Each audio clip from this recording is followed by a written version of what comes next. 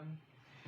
Hey everybody, welcome to Backwards Brothers, where my name is Tony. And I'm Joel. Welcome back for another good show this week. I can't wait. Subject's going to be about toxic masculinity. Man, it's pretty toxic in here. I know, man. We got some really toxic guys coming on. Yes, So, I cannot wait for that. I know, but I bet you some people they may not actually know what toxic masculinity is actually about. But you know what? Actually, it's interesting. Before you tell them about that, Yeah. Hey guys, do not forget to like, share, and subscribe. Yes, get definitely. your friends, get your kids over 18. That is.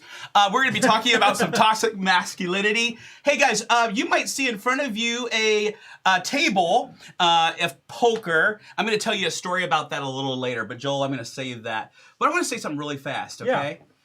We're going to be talking about the stereotypes of men coming up. Definitely. And I cannot start the show without addressing a recent event yesterday, the George Floyd incident. And then we had a parallel incident that happened in Minneapolis.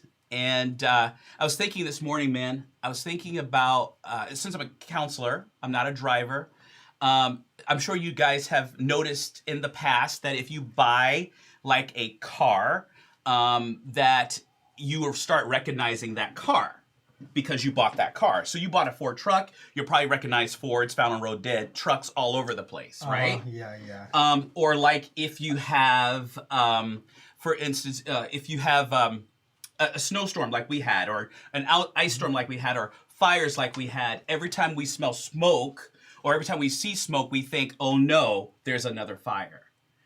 So when we get into stereotypes and start talking about toxic masculinity, we want to be really careful not to brand all men a certain way, just like we brand all situations a certain way. Exactly, because God created us all differently, and so we all have personalities, and just because you see something in one person doesn't mean that next person that may look and act somewhat are exactly the same. Yes. Well, I was going to start right into it. And every situation is different.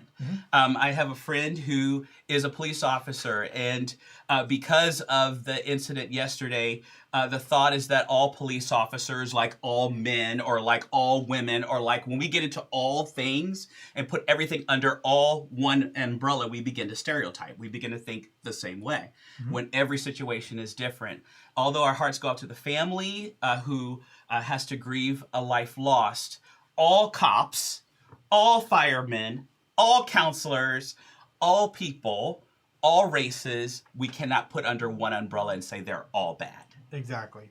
I couldn't agree more. I mean, so it's the way the person is determined is not based upon outward appearance or even by someone they may associate with. It's determined by the character in which they present themselves in. The content of one's character. Exactly. And that is extremely important for you guys to understand tonight, because that's what we're really going to be digging into a little bit, is to understand that. The character of a man? Exactly. To really understand that stereotyping is going to take you down a road and it's going to cause separation. Whereas if you really take the time to have a conversation, you understand the character of a person, and the character of the person is who really they are and who really defines who they are. Yes, absolutely.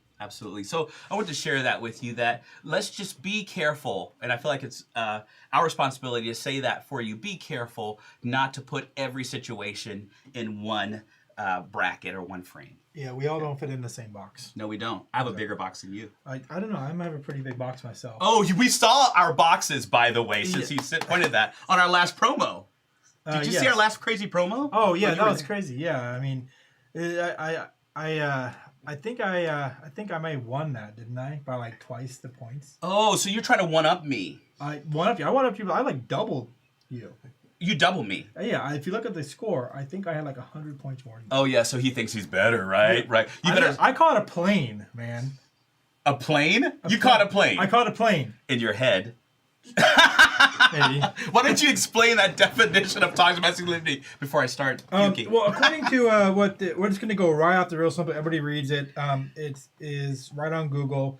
Comes from the definition of Oxford Languages. Toxic masculinity is defined as a set of attitudes and ways of behaving stereotypically associated with or expected of men, regarded as having a negative impact on men, and society as a whole. Here's an extra example that they give you. The destructive messages associated with toxic masculinity can lead to men feeling entitled to engage in violence against women. Yeah. Like that. Yeah. And some of you will hear that definition. We actually encourage you while you're looking, or maybe get on your tablet and look up a definition and see how it strikes you. There are 6 stereotypes of toxic masculinity. One of the stereotypes is the joker, the class clown. Were you the class clown? Not at first, but eventually became that way. How did you become that way? I don't know. I must have hit my head or something. Right. Got you. I was the jock. Oh, yeah. And that was the second one. I was the jock. Can you tell? Yeah, I mean, I saw you out there trying to give him what's trying to challenge you the other day on the thing. Drove by, saw you out there stretching out, you and your little cheerleader doll. Oh, cheerleader doll! Yeah. You guys got to watch that promo, okay? You know, and you have context. You don't even know. You don't even know. You don't even know until you watch it. Yes. The strong silent type is another one. That's another stereotype of a toxic. Strong silent type. Huh? Yeah. Being silent. You hear? It's a strong silent type. The next one, just keep that up. Keep that up. The big shot. The big shot. The big man on campus. Dominate. The alpha man. Not the beta man, but the alpha man. Okay? So that's the 4th one. The 5th one is the action hero. So actually, Joel, talk about the action hero, because that was in our last promo. Yes. We played a few of them. I got to play the action hero a little bit, which is simply, if you saw the over what was the one I'm looking for? Cheesiness.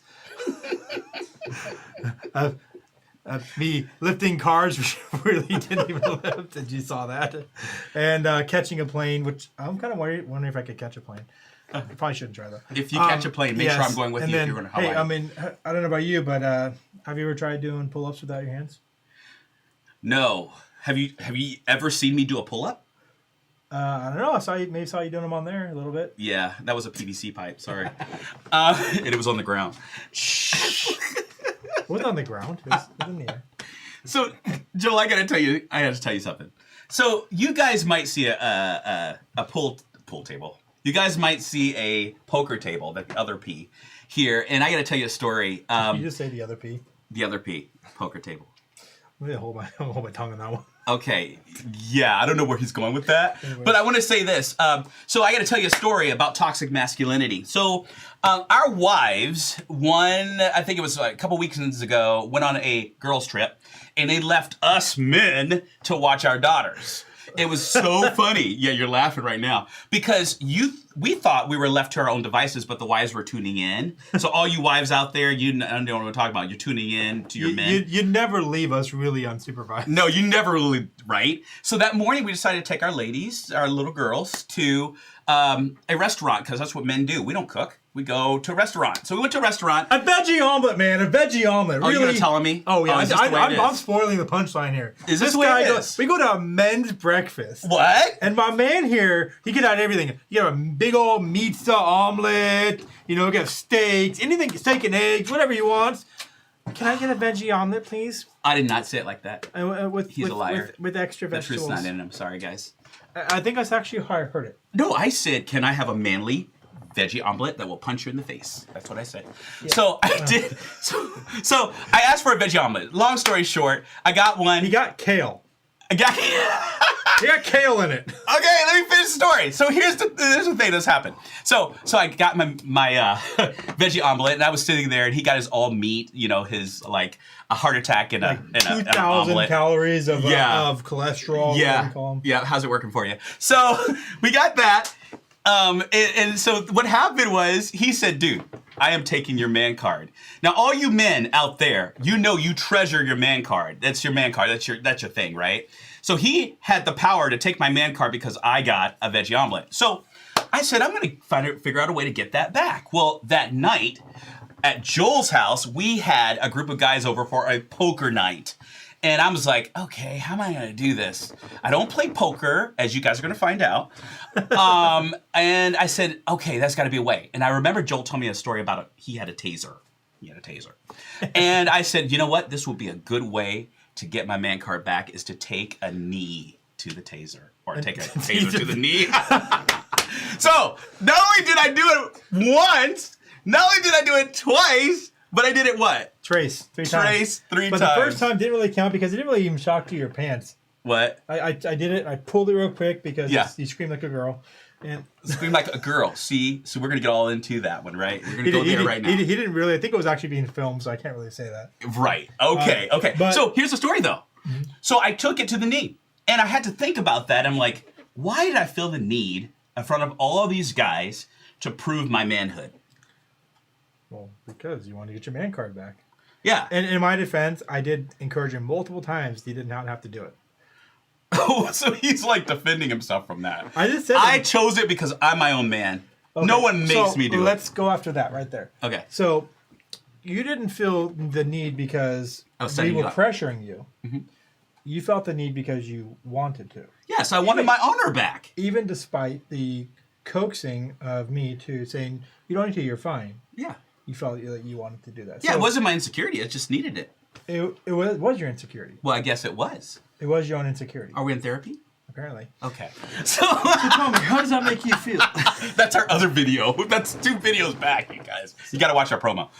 So the funny thing is, though, you're right. Against all the coaxing or against all the reminders, you don't have to do this, you don't have to do this, I felt like I had to do it. And I didn't feel like I had to do it by any pressure whatsoever. I just wanted to, because actually I didn't want to know what it felt like. It wasn't really a... Yeah, and I will say it was a civilian-based taser, so it's kind of like, a little tickle. Yeah, but my point about this is some people would say that would be an idiot man that just decides that he wants to be the alpha in the room, so he's going to do something stupid just to prove that he's a man. It had nothing to do with being the alpha. It had to do with satisfying a sense of curiosity. So is that simple? I think it's very simple. We'll see, because we're going to draw a couple more guys into this circle, into this space, and we're going to be talking about alpha and beta men. And these guys, I got to tell you, can I introduce one and you introduce another one? Sure, by all means. Okay, you go first. No, you go first. You go. No, you go. You want to arm wrestle? Sure. I win. Okay. So, anyway, the first one is, his name is Robert, and we're so glad that he's here. He's going to tell you a little bit about his story. That's what I was going to talk about. You're going to talk about Robert? Let's talk about Robert. Well, now you want to talk about Robert? I'll talk about Robert. Anyway, Robert, you want to do it? You want to arm wrestle? I'll talk about Robert. You go the other. I just said Robert. I'm taking Robert. I'm just kidding. He's bullying me, guys. Okay. Anyway, bully. That's another thing we should talk about. Yes, we will. Coming up soon, right? Another topic. Okay. Anyway, so Robert is a paratrooper was, I should say, a paratrooper in the military, and these are all veterans. And so, if you know my heart, you guys, I have a great deal of respect for our veterans, and that's actually why I'm good friends with Joel, aside from other things. So he's also a veteran, and I'm going to steal your thunder a little bit. He was a medic, as you guys got to find out through our first episode. You want to check that out because he tells his story. So we're glad to have him on the show. Okay. Well, the other one is Andrew, right? Sean. Sorry. I don't have my notes in front of me. That's why he wanted to take Robert, because he didn't remember Sean. Sean! I am the worst person with names. So Robert and Sean. Don't worry, he's sitting right on your side. I know, and he can smack me upside the head later, but I'm horrible. You guys have a lot in common there, actually, heads, speaking of that. Yeah. What, me both? Yeah. Yeah. Did I hear bald's beautiful? Bald is beautiful. God loves bald people. God loves bald. Sean. So, and again, my apologies, Sean, when he comes on later. Sean was a drill sergeant, okay? And I was in the military. And I had some great drill sergeants, but they still scare the shit out of me. No, I was kidding. No, great guy, served in the military, drill sergeant over here. You'll get a chance to see the opposite side, not the guy with, the round brown, telling you to push or anything like that. So those who do still have a little bit of PTSD from basic training, you might want to cover your ears and go to your safe place. Get in the Heart Feelings Brigade. No, just kidding. Okay, so yeah. But cool. We are going to be having him on here soon. I'm really looking forward to it. And before we jump into break, which is right around the corner here. Yes. And I'm not going to tell you much about John or Robert, and we're not going to talk much about Robert. We want them to share a little bit about their backstory. Absolutely. You want to share something about the merch too, by the way. Yes, I'll talk about that in a minute. Mm-hmm. We'll actually talk about that in the next episode, so I want to bring some on. You got some merch in. Nice. So yeah, right here, this was actually something that was given to us from a dear friend here locally, John. Sean. And he custom made this for us. It's BWV, Backwoods Brothers. We absolutely love it. And then we got our COVID license plate right here. Yeah. COVID in the studio. Can I talk about that, John, a little bit? John, I'm not going to say too much, by the way, but John's amazing.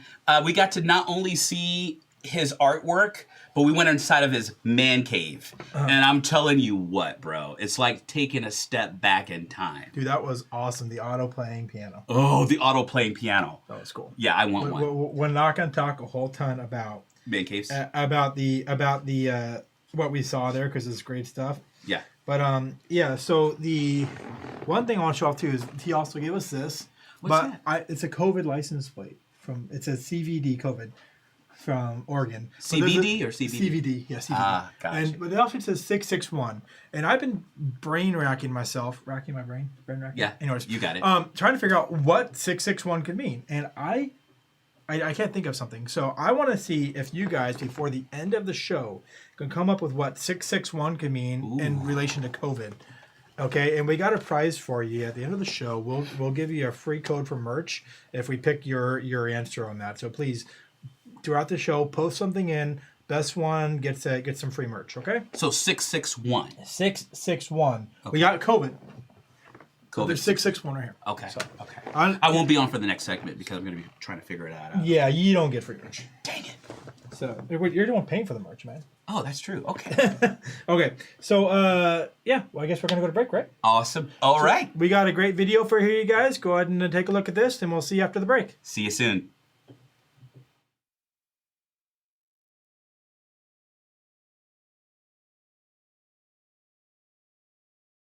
Rape, murder, war. They all have one thing in common. Men. Aggression, violence, ambition unchecked by conscience, all the stuff of toxic masculinity, right? And the solution is obvious. Make men less toxic. Make men less masculine. Make men more like women. But I'm here to tell you that that way of thinking is not only wrong, it's dangerous. Here's why. When you try to make men more like women, you don't get less toxic masculinity. You get more. Why? Because bad men don't become good when they stop being men. They become good when they stop being bad. Aggression, violence, and unbridled ambition can't be eliminated from the male psyche. They can only be harnessed. And when they are harnessed, they are tools for good, not for harm. The same masculine traits that bring destruction also defeat tyranny. The traits that foster greed also build economies. The traits that drive men to take foolish risks also drive men to take heroic risks. The answer to toxic masculinity isn't less masculinity. It's better masculinity. And we know what that looks like. It's a young man opening the door for a girl on their first date. It's a father working long hours to provide for his family. It's a soldier risking his life to defend his country. The growing problem in today's society isn't that men are too masculine. It's that they're not masculine enough. When men embrace their masculinity in a way that is healthy and productive, they are leaders, warriors, and heroes. When they deny their masculinity, they run away from responsibilities, leaving destruction and despair in their wake. The consequences can be seen everywhere.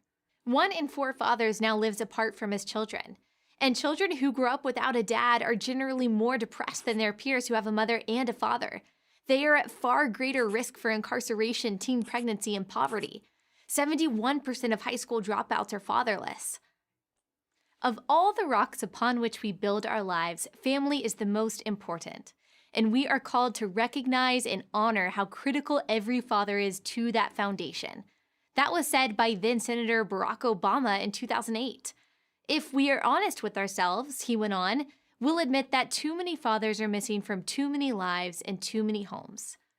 As much as we try to deny the need for real masculine strength in society, there's no denying its necessity. Healthy families and strong communities depend on the leadership and bravery of good men.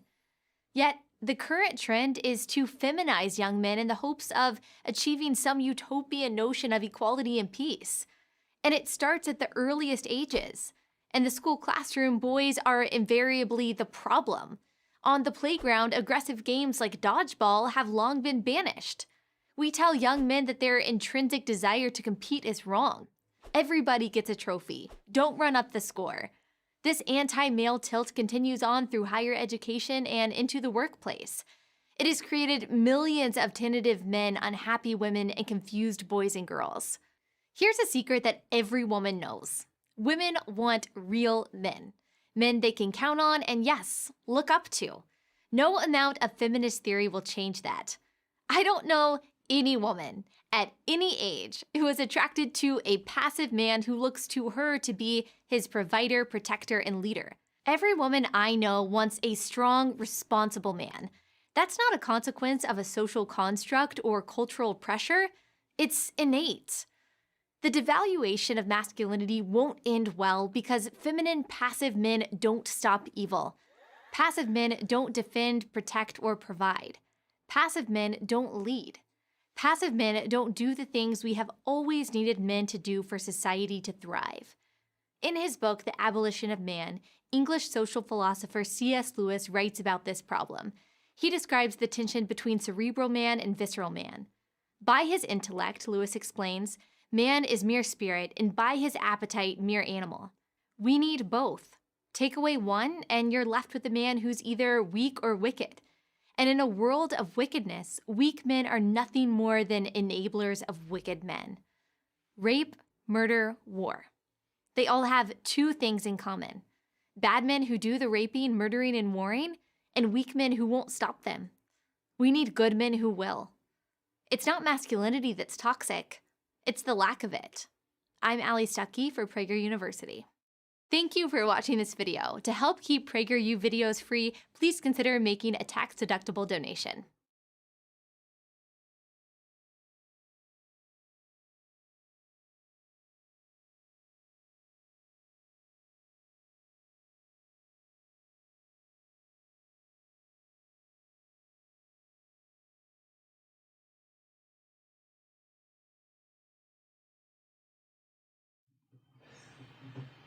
And hey guys, we are back again, and we have with us we have Robert and we have Drill Sergeant. Right. Yes, Drill Sergeant.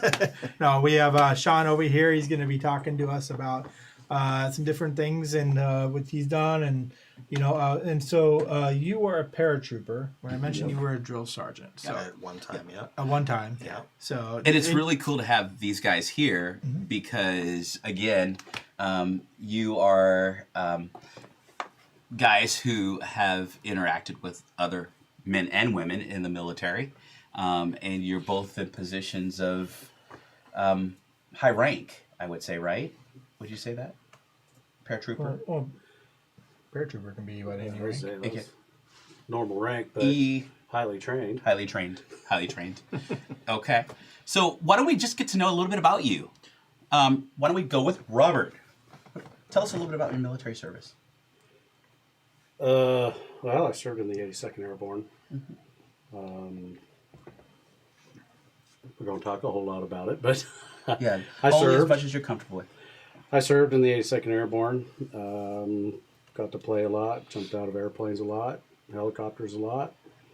I enjoyed it because I was a thrill seeker. Yeah. It's awesome. Yeah, Thanks for when your service. you taught me how to Aussie rappel, that was a lot of fun. It's I love rappelling. I still have rope at home. I remember the first time I Aussie rappelled, and I did the free fall drop. I had an A bag on my back, and as soon as I yanked that cord at the end, I went whoop. He hit his head really hard. He's had a hard time remembering names ever since. Yeah, yeah. I thought, no, that's just my wife when she gets a head slap. Okay. Yeah. You did what? Right. Yeah. So Sean, a little bit about you. So I also, I actually spent most of my life in the Army. I joined when I was 18, right out of high school. Started as an armor crewman. Got out of my first enlistment. Went into a reserve unit, became a drill sergeant. I ended back up on active duty, and spent my last 18 years in the Army as a Army recruiter. So 28 years in total in the Army, so a good part of my life. And was fortunate to meet my wife in the Army. She was a fellow drill sergeant, so I'm sure that might come up a little bit in our conversation. But I definitely have served in the Army with both men and women, and it certainly is, I think, probably the leftists who have coined the term toxic masculinity probably would say that the military or military service is a place that's full of toxic masculinity. But I might have a different opinion about that. And we would love to hear that, actually. And I probably wholly agree with that. So, but yeah, What about you as a dad a little bit?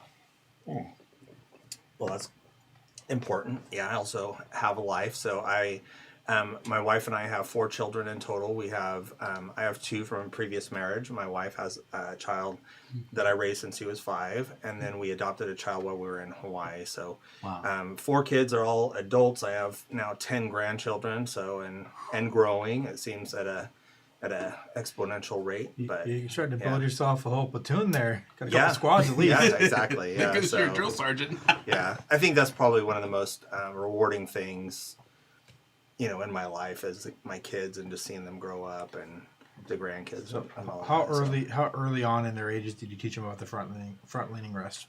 Yeah, so my oldest, Christy's son Justin, he lived with us. Like I said, I raised him since he was 5, and if he were here, he'd have plenty of stories. It was a challenge, I'm sure, for him being raised by 2 drill sergeants in the house. So, yeah, it was There's basic training for the first 18 years. But if there's any light at the end of that tunnel for him was he's done great things with his life. He's a West Point graduate.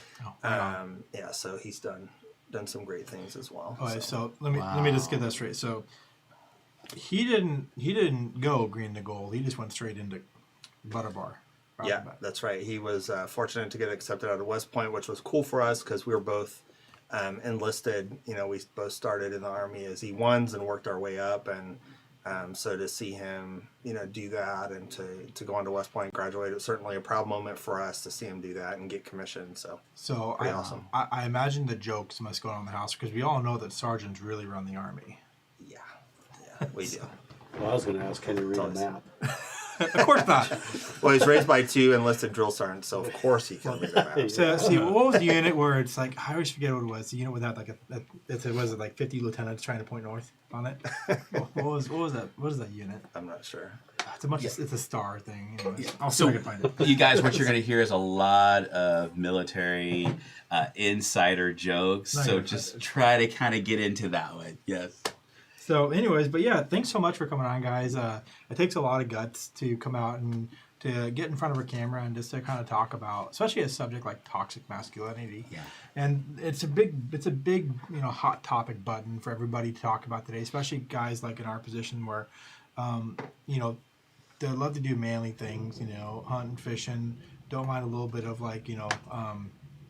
getting out there and scuffling a little bit, having fun, having drinks with their friends, so, things that people would look at and go, well, man, that's, you're a hick, or you're a kind of country boy. That's, you're out there with the toxic masculinity, and, you like to fight and brawl and drink and, and use women, things like that, those type of things. But, I mean, they group all that together, and I can probably tell from right off the bat, you guys probably aren't the same way, There's, would you like to talk a little bit more about your dad? Or your dad? My dad. About you being a father yourself. Well, I got 4 kids. They are largely ranged out pretty far in ages. Pretty much my life was wrapped around them. They're all older, but I did advise all of them not to join the military. It depended on who was president. Gotcha. But I had one kid that didn't want to join the military, and I talked him out of it. He wanted to do exactly what I did. But I'm in construction now, and he does exactly what I do in construction. So talking to him was pointless. But the other one, my oldest, he's in Tennessee. He's in construction too. I guess he didn't listen well either. Then I have a daughter who knows what she does. She does whatever she wants. She's gone to school and stuff, and still trying to figure it out. And then my youngest one's still in high school. So, What's the most important thing that you wanted your kids to remember about you, Sean, in being the man in their life? Well, I think as a father, I will say that I was fortunate to have an awesome father. I was adopted when I was 3 days old, into a great family. It was a Christian family. My dad was in the Air Force. He had been in quite a while when he adopted me. So he retired when I was age 5. But one thing that I really learned from him was just really the ability to be patient with dealing with life, because life comes with challenges, and I wanted them to be able to understand, responsibility, what hard work was, what strong ethics were, and really a lot of those things are just kind of part of being a soldier. I mean, it really is embedded into the warrior ethos in a soldier, and those are things that I think aren't just pertinent to being a soldier, but they're pertinent to life. I mean, a good work ethic and strong ethics and character are something that serve you well, no matter where you're at in life. Yeah. So. Yeah. Of course. Well, if I can, I see what you're doing there, but if I can say, what you have a 9-year-old daughter, 8-year-old. 8-year-old. I should say that. I should know this joke. I should know this joke. But what is the most important thing that to you about fathering? I think it's definitely about role modeling, and we're not here to be our kids' friends. We're here to be parents, and sometimes that means making the hard choice, and sometimes that means whether you're the hard role model to show what it's like, or you have to make the hard choice, and sometimes something they're not going to like. Whether that means that they're 3-year-old and you're telling them to get in bed, clean the room, or no, you can't have that candy. Or it's when they're older and saying, hey, no, you can't go to that party. No, you can't drive your car there. No, you can't do X. Or sometimes it is, hey, we need you to do X. And I think the second part is I think the hardest for any parent would be is taking the choice to trust your child that you've done a good job to raise that child, and letting them make those decisions. Yeah. So Yeah. One thing about you guys that you don't know about Backwoods Brothers is sometimes Joel and I bring subjects to the table, and we particularly feel strongly about a subject, and then we're put in charge of putting that show together. And so I got this topic, toxic masculinity, because as a dad, myself, I grew up without a father. As Sean, you were mentioning, I'm adopted. Never had a dad, never knew.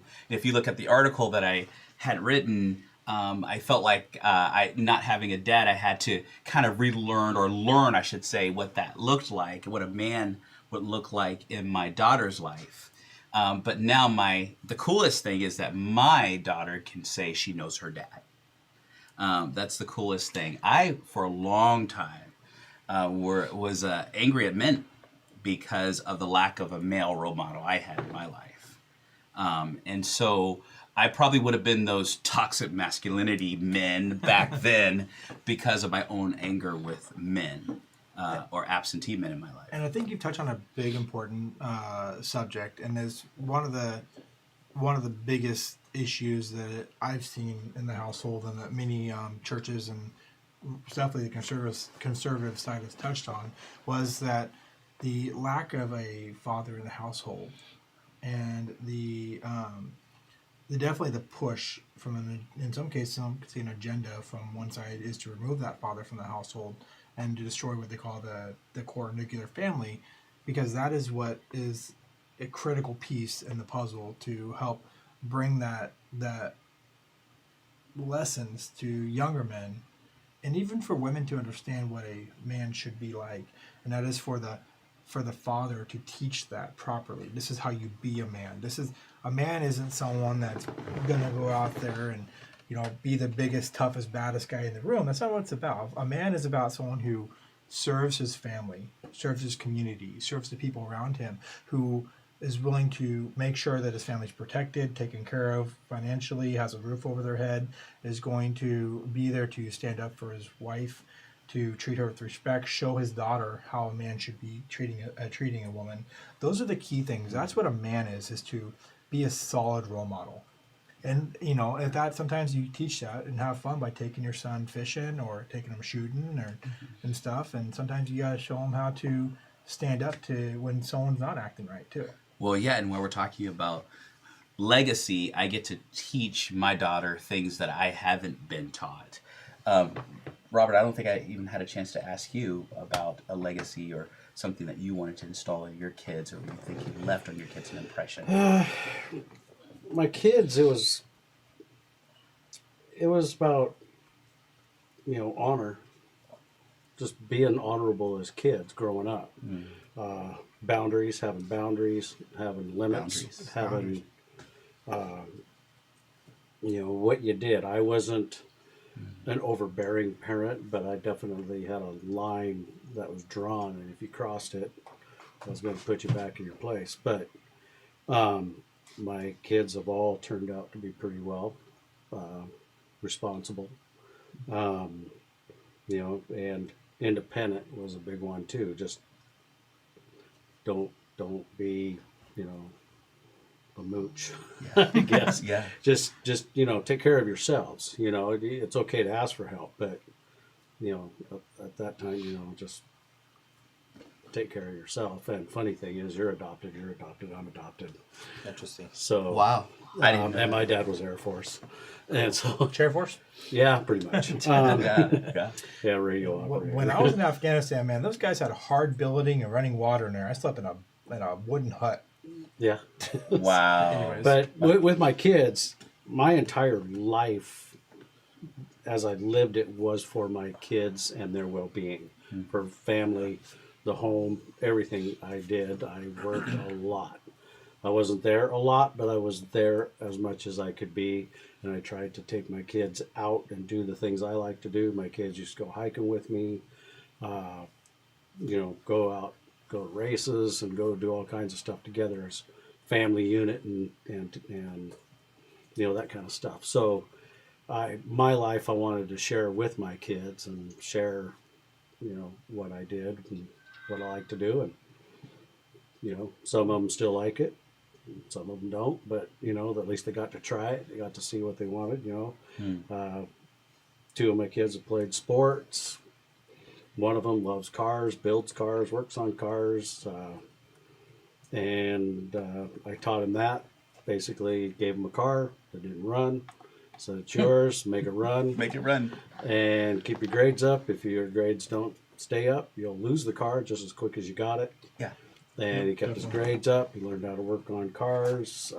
And next thing I know, I had all his high school teachers over at my house with their cars while he was working on them. So, he picked up his own thing, but he loves cars and working on them. And he's responsible. He's the one in Tennessee.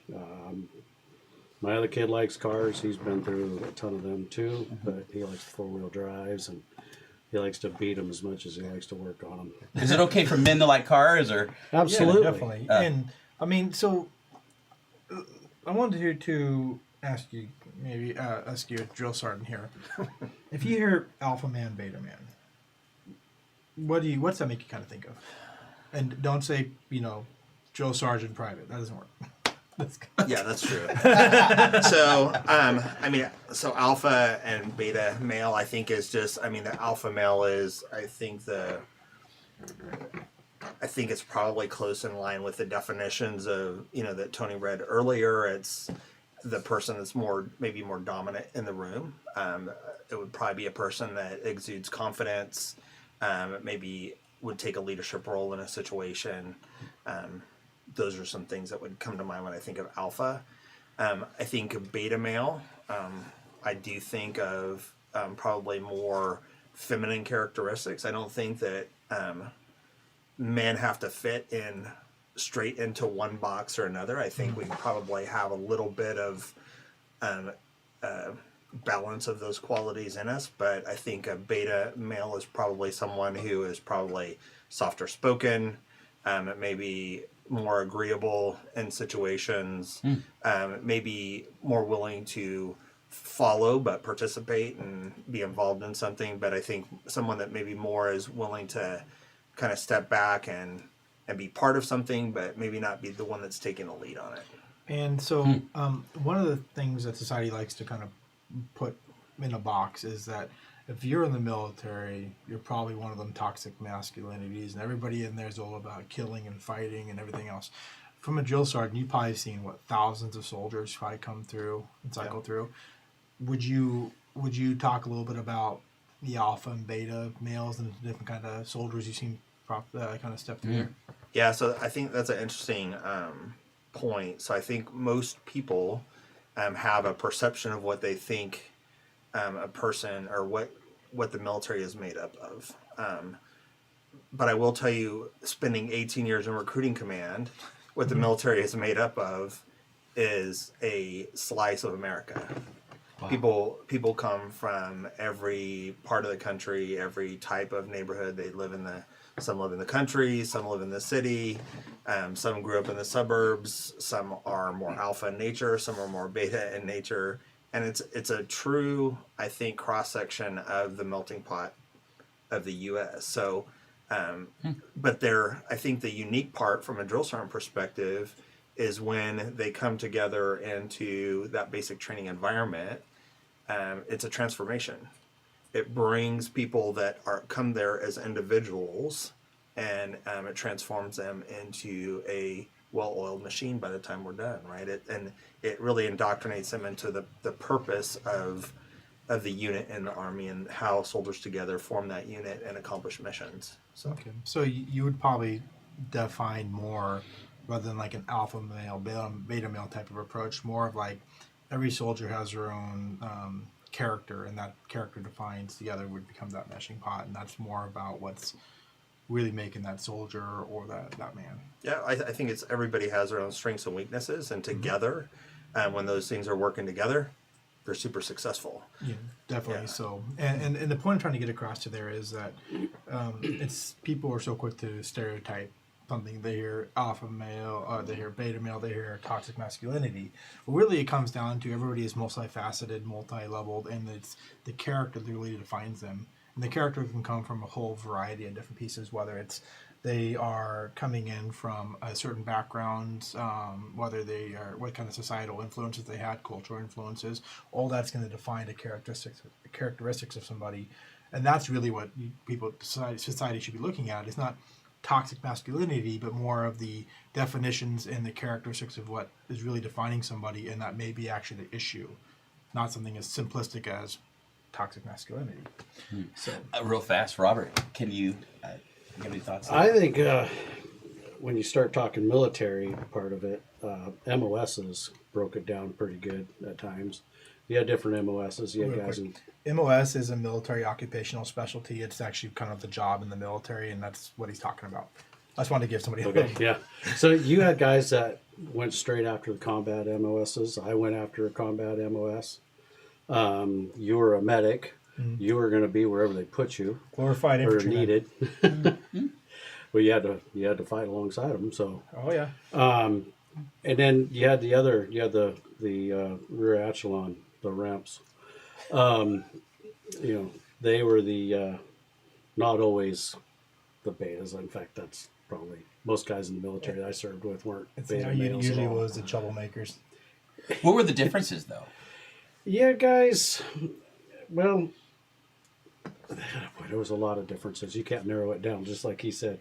Yeah. It's a melting pot of people. But I mean, I knew guys. Some of the baddest dudes out there that I knew were some of the softest spoken, kindest men you ever knew. But you didn't want to go to war against them. Mm-hmm. That was for sure. Mm-hmm. I know a lot of guys that were in SF. It's always the quiet special forces. Out of. They nicest guys you'll ever meet. But I'll tell you, their training was up there in the BA department. So, but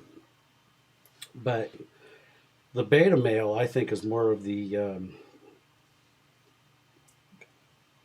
guy who's like he said, they'll go along with the game, they'll go along with stuff, but they're not going to just put themselves out there. They're not going to lead. They're not going to take the initiative to start something. They're not going to do something. And they're also is that a feminine trait, or is that no? It's not. It's just a different way of dealing with stuff as a personality trait. Mm-hmm. I think the guys that you can have an alpha male who is loud and obnoxious and irritating, and you can have the beta male who is soft-spoken and very femmy and irritating. So I mean, so you can have both ends of that spectrum. But Do any of you them have know- dreads? That's what I want to know. But anyways, go ahead. son, I- but when you're done, I want to spin a question to you too on that. That's more, so I think I mean, when it comes to the femmy side of men, I struggle with even calling them men when they're femmy, like femmes. But then the soft, gentle guy is not a femme. Just because, and I wouldn't say soft. You don't have to be, Soft saying and somebody gentle. is soft Yeah, doesn't mean you're not. I mean, gentle is different. right. Soft means you're weak, in my book. I mean, that's the definition. But gentle just means you're meek. And meek is not weak. Meek is just how you view the world and how you approach it. I like So you're no less a man if you're a quiet, meek man. Because you got those loud, obnoxious guys that drive trucks that are 10 feet tall, who I also will Possibly call posturing. not a man, Yeah. because he's trying too hard Trying to be too a man, hard. and it doesn't work. Yes. exactly. Yes. Well, let me ask you this. This is a question from one of our viewers. Do you think an alpha female would be able to raise their sons to be more manly if the fathers weren't around? Ooh. When I say alpha female, I mean someone who does typical male things, quote unquote, like shooting, quad riding, working cars, showing them they can take care of the family, etc.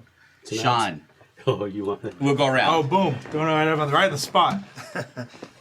So, so here's my thoughts on this. Is I think that it is proven that, and I'm not going to quote anything, but I think people can look at research and literature that children are more successful and do better in life when they have the benefit of having two parents, both a male and a female. And that's not to say that a single mother can't raise a phenomenal child, or a single father raise a phenomenal child.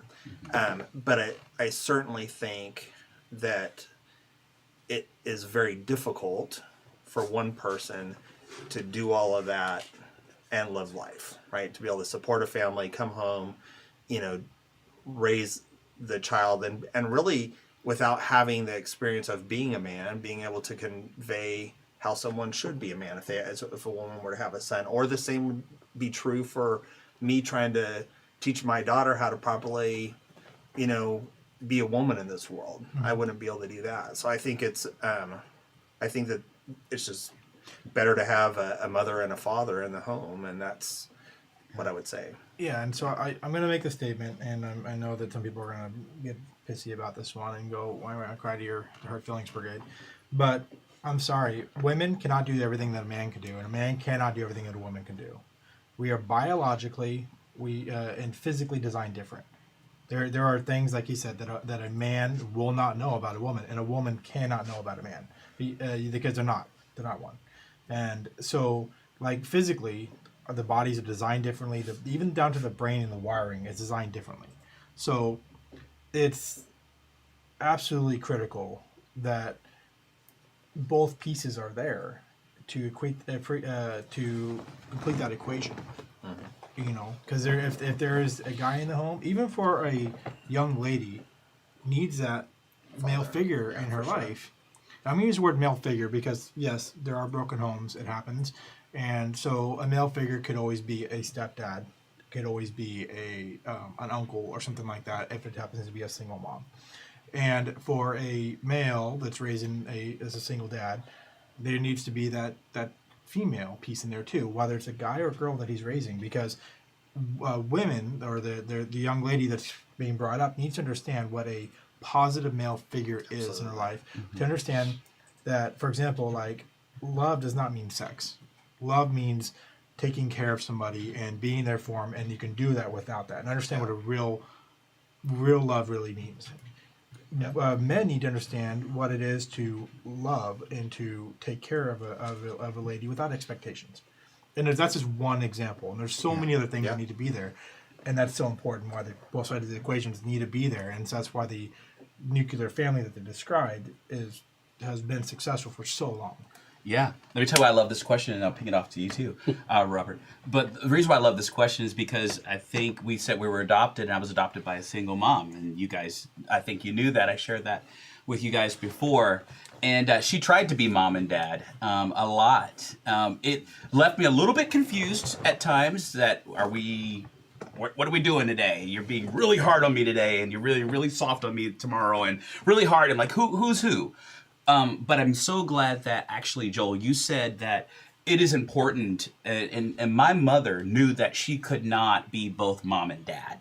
So she did put male role models and male figures in my life to help me. She also put me in things like Boy Scouts, when Boy Scouts was a thing, to make sure that I understood and had that type of role model in my life. And I think that made it well-rounded. Now, all you shout-outs to all you women who have raised your kids being a single mom, and shout out to you dads. And that's the other thing. Definitely. I don't feel like dads get enough recognition for sticking in there and being a single dad. Exactly. That's been a really big thing for me. Exactly, and that's, people miss that piece. To think it's just easier because to be a single dad, you still have the same things that a single mom has to deal with. Sure.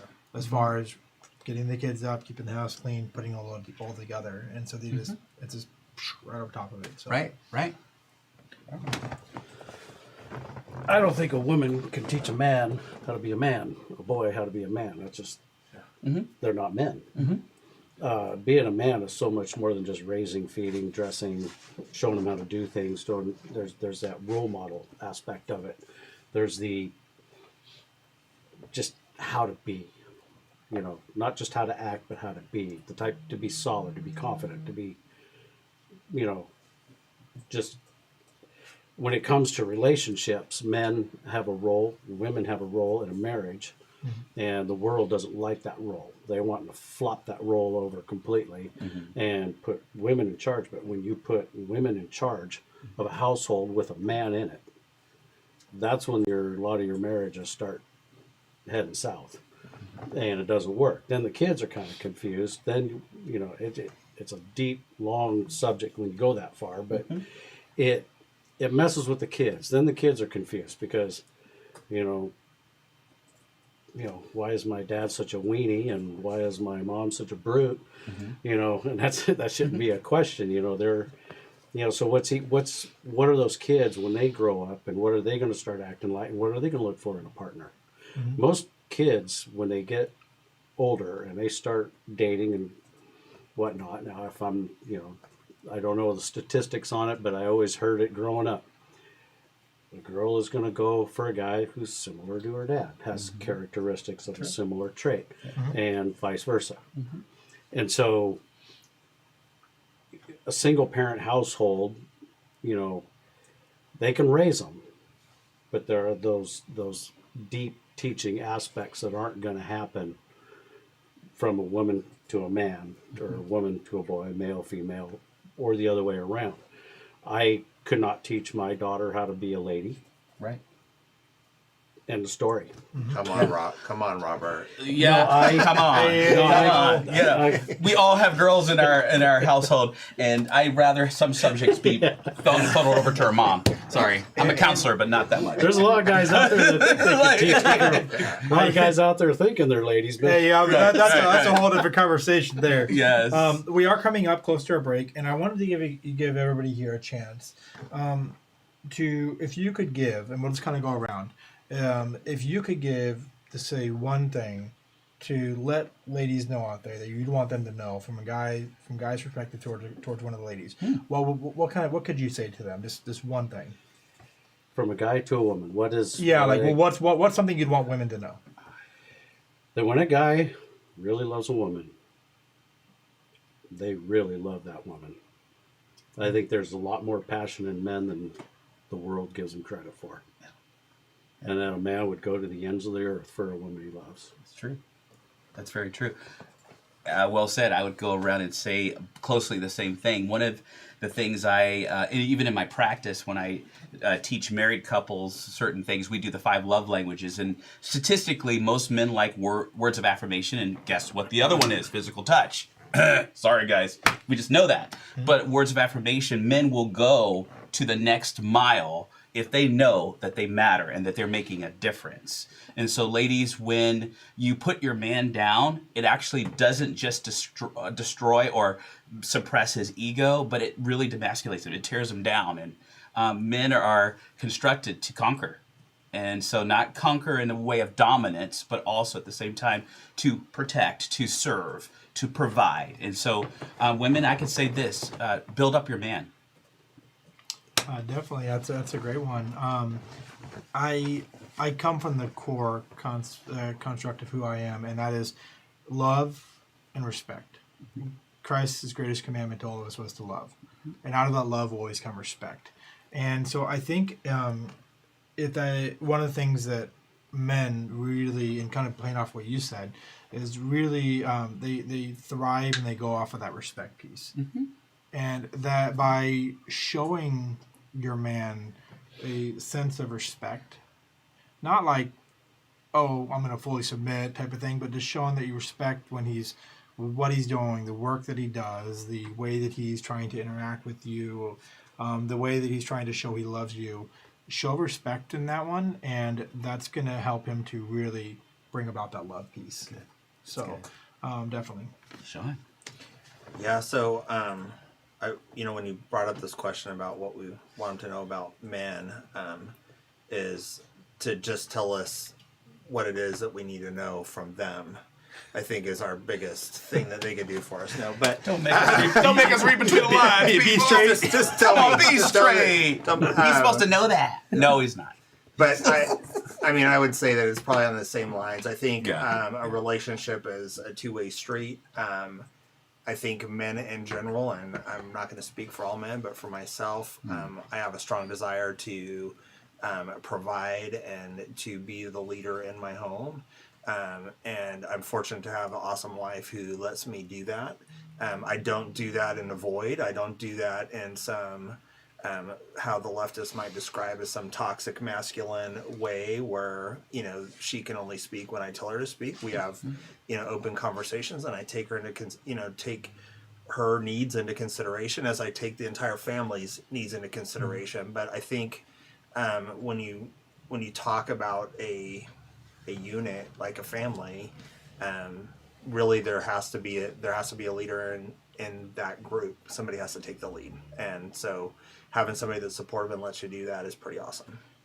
Definitely, and I think we all have probably got some amazing wives, including this one to say my wife is absolutely amazing. She let me turn and spend a few dollars to turn my garage into a studio. Wait a second, you did not say we're going to give props to our wives. Well, I think we should all do that. Actually, can I just say something? Go ahead. I had a chance to do this guy's wedding, and one of the things that your stepdaughter said when I asked her about how she felt about welcoming you into the family, she said, all I know is that he makes my mom feel really good.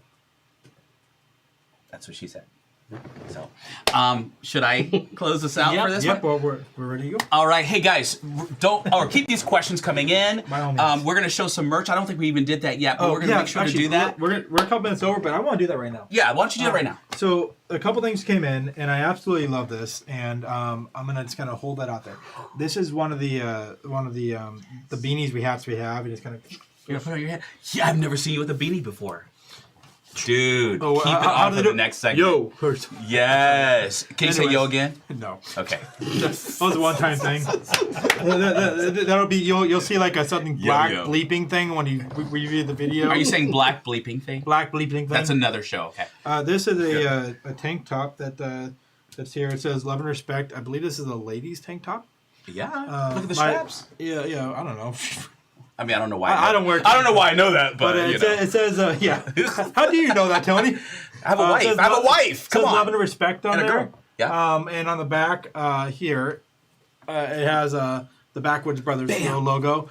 These are all designed by Brandy, our in-house designer. Yes. And then one last thing that we had over here, which is one of my favorites. Which one is your favorite? It's a mug. It says Ooh. "Conversation is food for the soul."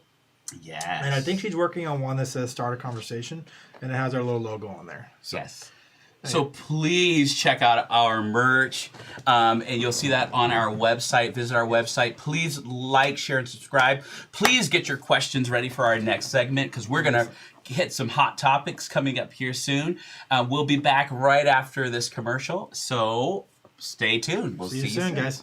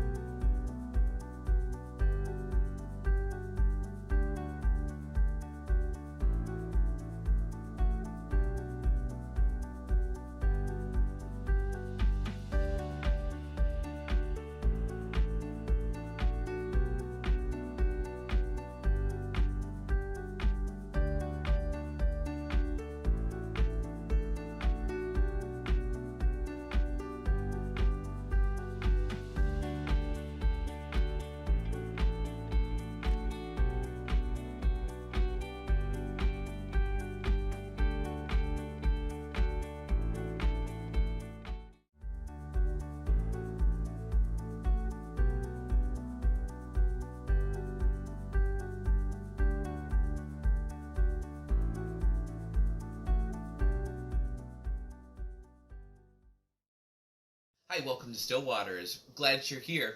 I'm an LPC, and I'm licensed with the state of Oregon. The first time you come, you will be coming as a client and then quickly change into a guest.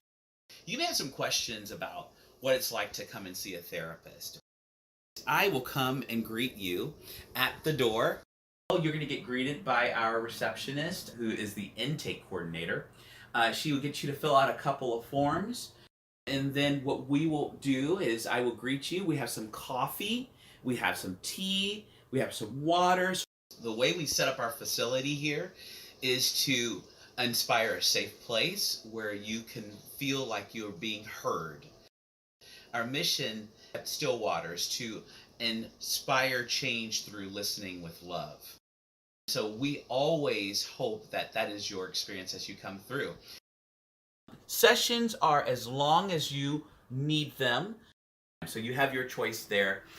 There's no limitation on how much you come see me.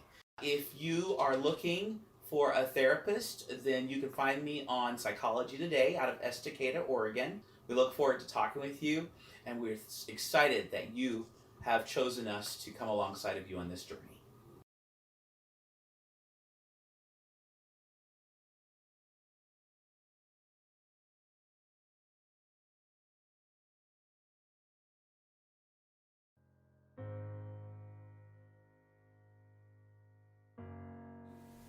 You'll always be in our hearts.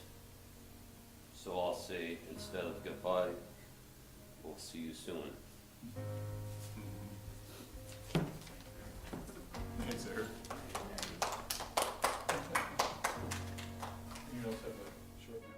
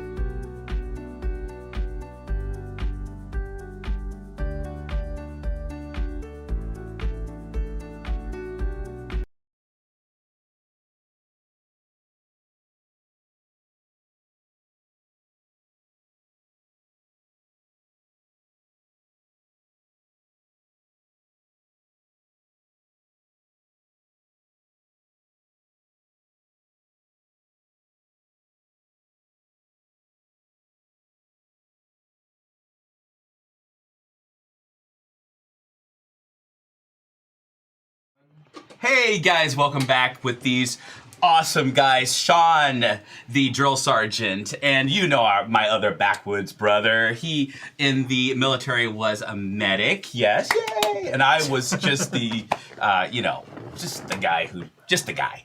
And then we have Robert here, who's with us, and he was a paratrooper in the military. So we love our veterans. Hey, we're gonna bring this segment into what we call "Boom Goes the Dynamite," a hot topic. One of the hot topics is, and I'm going to start with this quote, watch out when the slave becomes the slave owner. A lot of the backlash of toxic masculinity came from a movement that was the not only Me Too, but a feminist movement. And it was somewhat of a backlash against misogyny, and other things that were considered toxic, over-the-top masculinity. And so there's been definitely the backlash of that we're dealing with even today, even with some things that have recently taken place in the news with Matt Lauer and other people who have actually been accused and actually probably even rightfully so, of taking advantage of women. So although there's legitimate cases out there, the topic of toxic masculinity has, for some men, been a hot topic because it felt or feels to a certain segment of men as demasculating, as putting them down. It was very interesting that, and real fast, I was reading some articles about men. And honestly, guys, I couldn't come across anything that spoke well about men. And of course, You Googled it, right? I Googled it, everything. And you should believe everything you have on Google. I'll say no more. Say no more, right? So I just couldn't find anything that was positive about men. And so I had to look into that and ask the question, why, who said what they said, and what was behind that story? So I want to just open that up to talk about what we feel like is maybe an agenda against manhood. So I guess I'm going to open. I see Robert. I see you shifting. So go there first.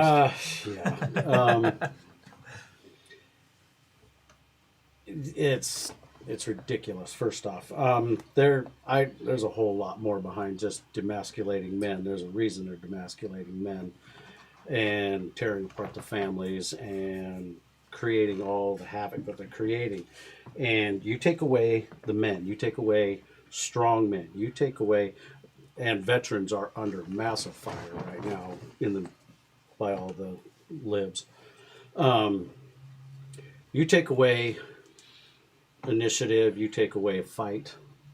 Basically, they are trying to take away the fight. You take away the mouthpiece of them and they lose. You take away the fight that's coming to them if they keep pushing. You take away the men. You take away the man card. You lost yours. I lost mine? Yeah. But I got my bag. Yeah, you're number one in their book. I got my bag. Notice I got my bag. But You want to see the video? You're going to be watching the video. I got my bag. You better watch it. So we still haven't edited to make it look like you know it yourself. They're trying to turn men into wusses. They're taking the fight out of men. They're tearing the family apart. They're basically dividing everything and everyone. And what they're doing with the man thing is you got people are not equal. We were born under equal opportunity, and after that, the equal is gone. We are individuals. He has strengths that I don't have. I have strengths you don't have. You have strengths that you don't have, and you have strengths.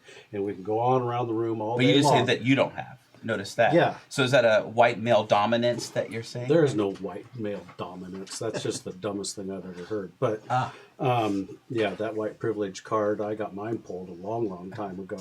But see, toxic masculinity speaks to I'm the still dominant waiting white for male. my white male privilege to come through because But Robert, toxic masculinity speaks to the dominant white male. Well, it doesn't speak to me. But, I mean, I had to work for everything I had. I didn't just waltz into the Army and go, hey, I'm a badass, and become a badass.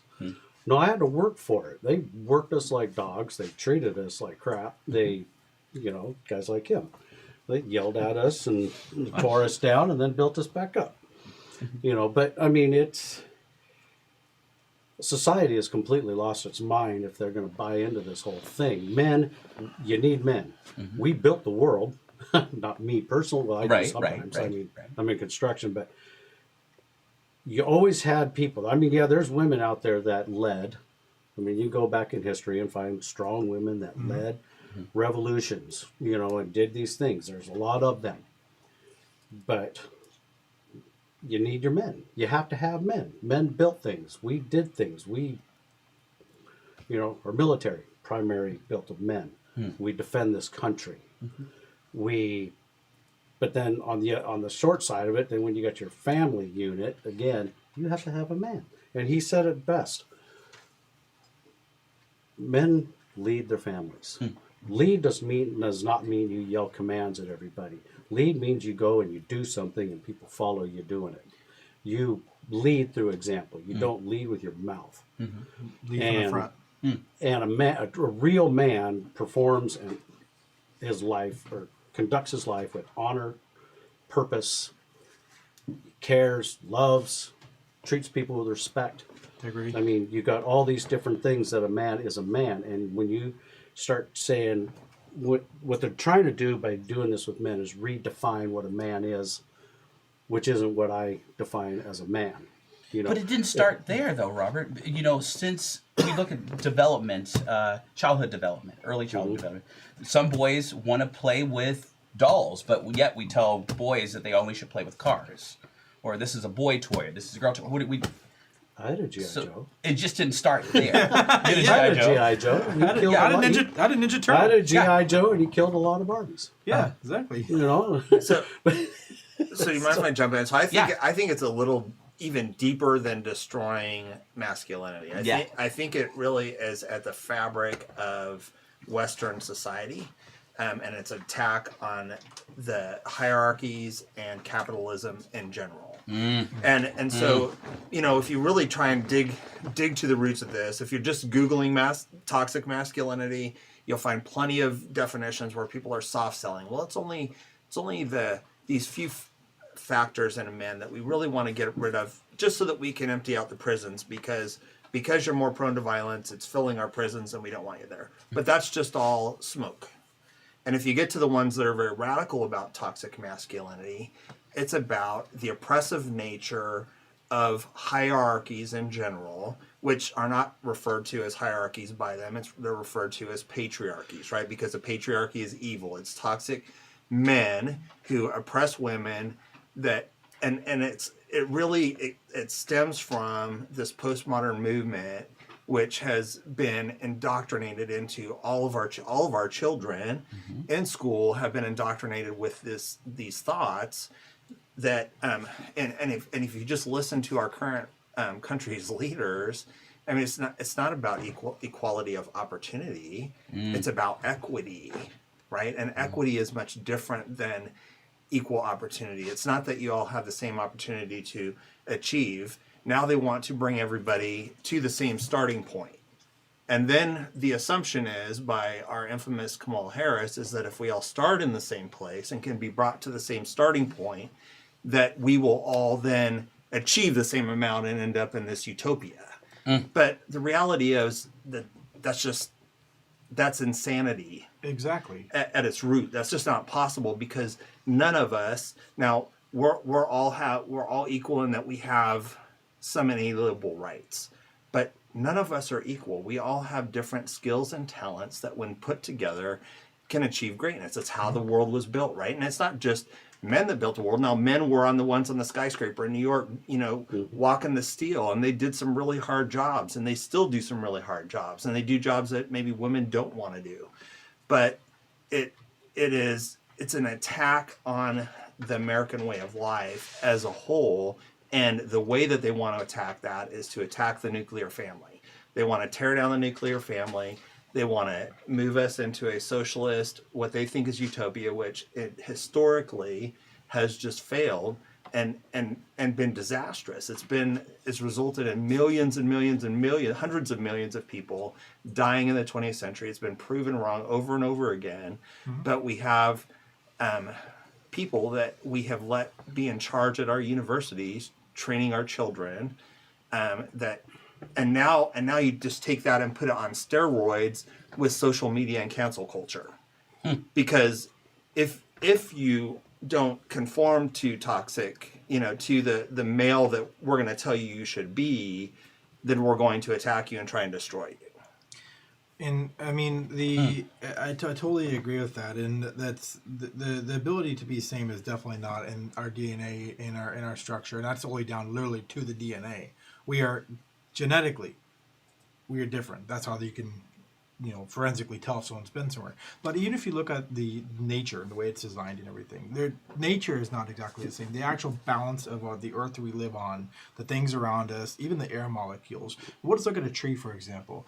A tree, if you actually look at the bark, look at the branches, look at the roots, they don't go straight up and down. They're not all equal to each other, but the way that the tree comes and then uses the differences it has, and it spreads its roots out and uses its branches to balance itself, and the way that its bark is changed, it allows water when it's running down.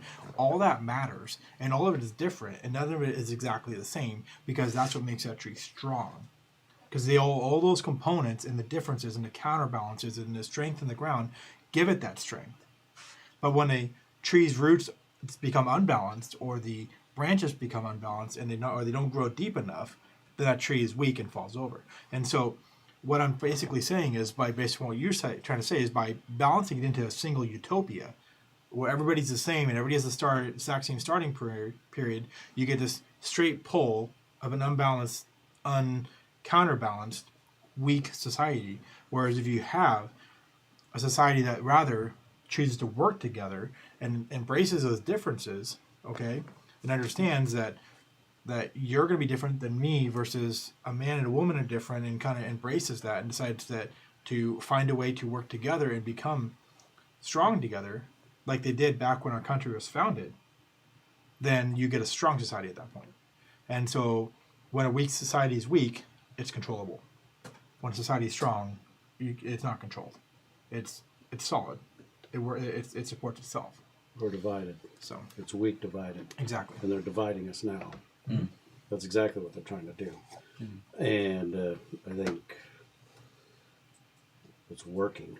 That's the problem. They're dividing our culture, and now people have to sit down and have these talks. There are a lot of people that are just silent, who believe the same way we do, but they're afraid to speak up. They will be chastised, and that's where cancel culture and berating people for their beliefs and whatnot. So, I mean, let me just throw back to the Kamala Harris. So what do? We all stop and start over as high-priced hookers. That's... I'm sorry, but I have to take that stance. I mean, we have a joke for a president. We have a joke for a vice president, and most of our government is a joke. Yeah. And what they're doing, and they're passing it on. Then you got the media, who's also really the mouthpiece for all this. And the division, they want the division. That's where they're getting their power. That's where they're getting they're pushing their agendas. Their agendas are greed, in my book. And so And power. Right. Greed comes with greed and power. They work hand in hand, very close. And then once we're out of the way, you can only imagine what those people are going to do to each other until you finally get the one top dog or whoever. So it's what's going on with this whole thing is a direct attack on us. And to silence us, to weaken us the people. The people. Gotcha. Not just men, not just women, not just, anybody, all of us as a whole. They're dividing us. They took the most obvious thing they could first. That's where it started, a lot of this. I mean, there's other stuff. But the color of a man's skin is easy to see. So you sit there and you pick that apart. Now you've got men being men. You've got women and men divided. You've got white and black people divided. Now we've got Asian people in there. Next thing you know, you're going to throw someone else in there. They are causing mass chaos, is what they're trying to do. And it's weakening this country. This country is getting weak because of this, where you got to tread carefully, I think. The men of this country, the men, need to stand up and put enough of it. And I don't mean just men. I mean men with their women next to them, with their families next to them, with all their peoples, with their communities, with their everybody, come together and stand up against this stuff. Because really, if you ask me, I still think it's the minority of people that are out there causing all the trouble. Oh, I still think we're the majority. The silent majority. He who shouts loudest is the biggest idiot, and I think because they failed to listen. Well, I don't disagree with that, but I will say a quote that I heard recently, but it was around the election, and it was that the silent majority has never been known for changing anything. And it's interesting as a conservative, to hear that, because I think in general conservatives tend to want to be respectful, be responsible, be law-abiding, absolutely, and not push this envelope, which the left is and I say leftists and not liberals or not Democrats, right, because it is this extreme leftist agenda. And what's interesting is, like, in the world there is this balance of, there's always a divide, right? There's always good and evil and yin and yang and all these different, so it does take a balance to make us be very successful. But what the problem is when you have this left side, this extreme leftist, and I think you can find extremes on either side, right? But when you get this extreme leftist, that within that culture, if you don't conform, we will attack you. And that's put on steroids with social media and media, right? Because you have people that maybe have been Democrats for their life, and they fall in that leftist category because all they listen to is mainstream media. They don't venture out to listen to anything else. And so their whole worldview, or have conversations, or have conversations. Their whole worldview is based on CNN, which is a lie. And so I think a lot of people, you're right. I don't think it's the majority, but I think a lot of people are being deceived or bullied, which is interesting because when we talk about toxic masculinity, right, the thing that they want to get rid of within men is the very thing that they are using to control the minions within their own group, right? They're using a bully tactic, exactly, to get them to conform to what they want to do. There's no bigger hypocrites that I've come across than the left side, the leftist, especially the leftist extremists. They shout and they complain about whether it be racism, whether it be toxic masculinity, whether it be whatever it is on those areas.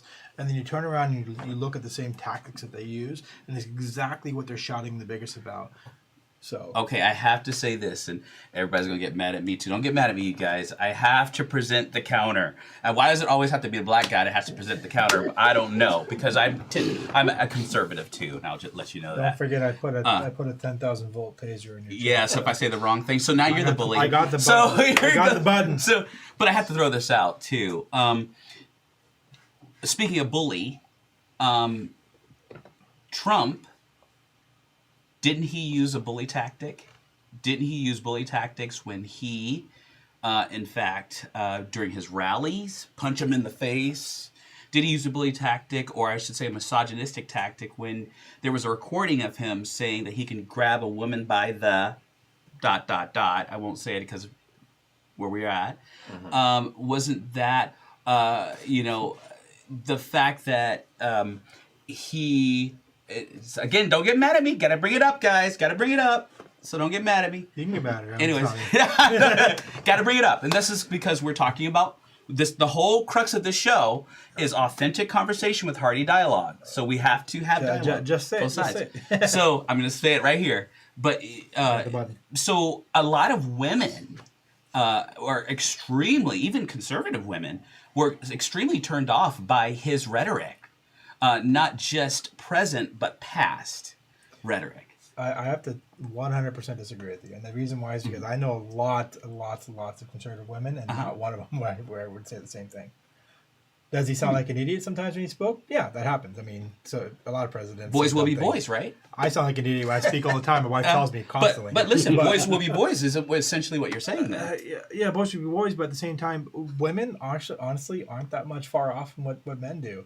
I mean, here's a good one: Cosmopolitan. It's they talk about the best ways to do this with men, or what women love the most about men, or things like that. I don't read You'd it. lost their I went to an expert on the area. Cosmopolitan. I went to an expert. But I have an expert in the household. But I gotta say, Joel, I have to say, I'm interested in what you guys have to say about this. So. Okay, shave. Let me get it back here. He's shaving. So I want to hear what you guys have to say. Because there's some belief out there that he didn't do a good job for men. Yeah, so here's my thing with President Trump or former President Trump is, one, he reminds me, has always reminded me of the rich kid in school that I didn't like. Okay, so I don't always like how he presents things, but I will tell you this: I want to say two things. One is, he accomplished as a president more, in my opinion, than any other president, Very true. under more scrutiny and attack than any other president would have been able. Joe Biden would tap out if he had to face what Trump would he would be if he could get the steps, he would be back. He would be back in his basement if he was facing. He would join the Hurt Feelings Brigade. Yeah. Keep going. Yeah. So I think for that I give him kudos. He truly did put America first, which I think is a big. I mean, and this is coming from somebody who's served a lifetime in the military, who's been a part of an organization that's been the world's police. But it is time for America to place America first. But there's this huge movement to put us into this globalist mindset, and it's gonna destroy America. But what's interesting about what you said is, that he perpetuated this, but he perpetuated it because the leftists, guess what? They'd already been brainwashed that he's the enemy. He's toxic masculinity.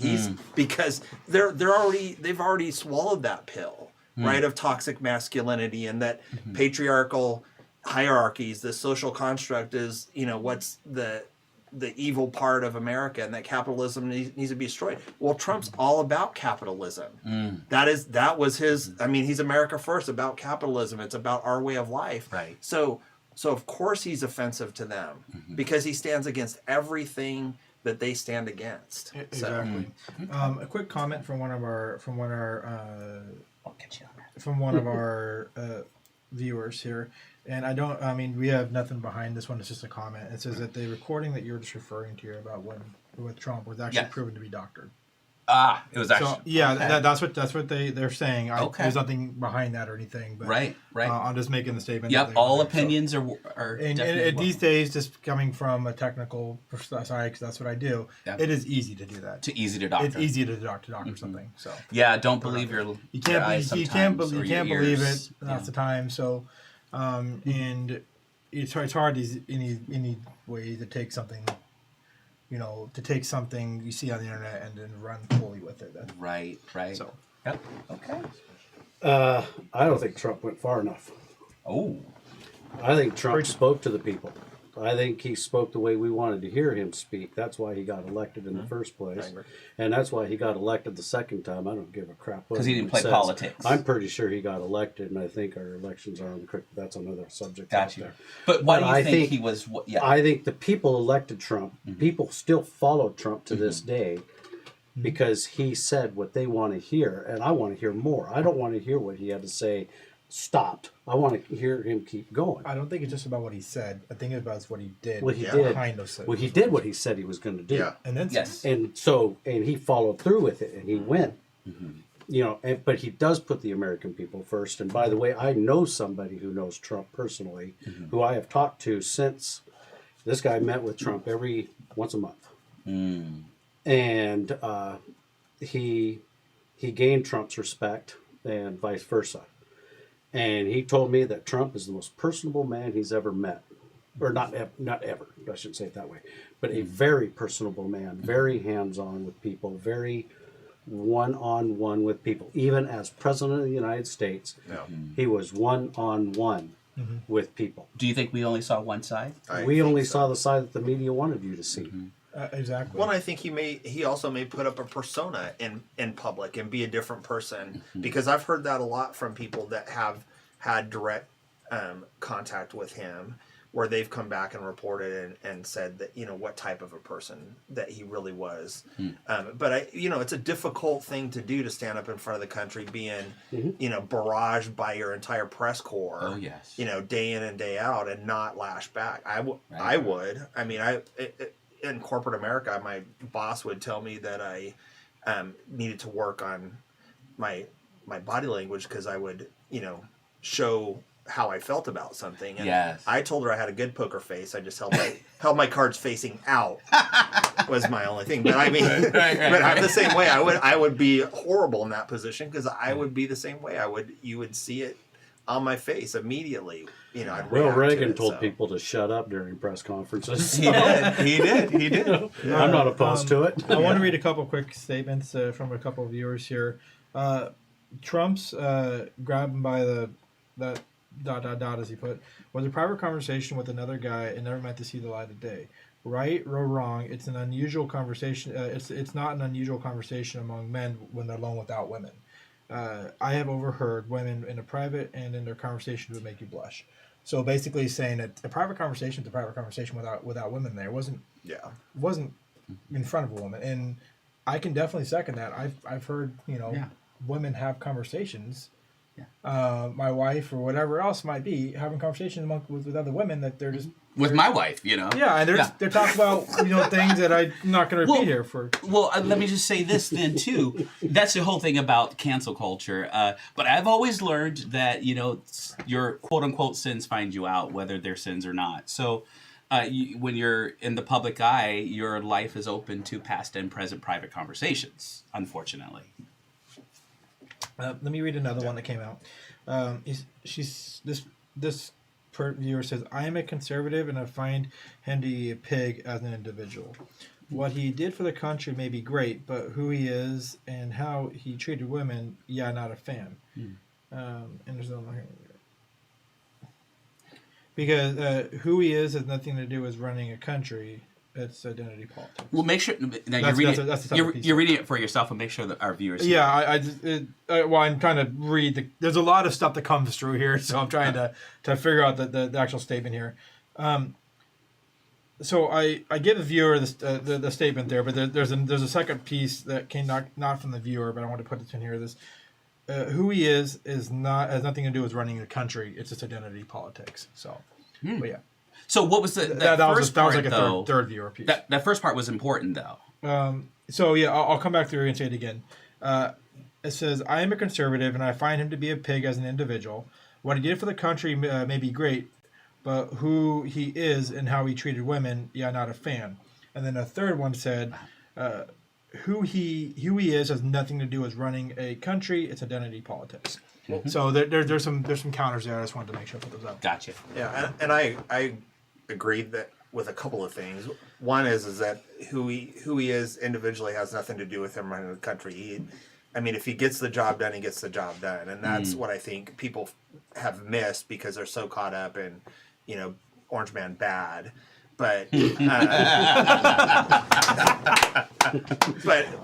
I think the identity politics thing is interesting because who he is individually, he's a pig. Well, do you really know him? To your point, right? I think a lot of people we form opinions from what we hear, what we know from the media, which I think if nothing else at this point in time, we all know that you pretty much can't trust most anything that you find online. Yeah. You really have to dig and research to validate that something that you're reading is actually true. Exactly. If you find the thing is that where you're going to find truth from what I've experienced on the internet is find 5 things. We're all going to say different things, but look for the commonalities of the same truth in there, and it's more likely going to be what's what the truth is. I've always said this real fast, that if people show you who they are, believe the first time, is a Maya Angelou term, and I've always been brought up. My mom brought me up to where you listen to the media for all of your source of information.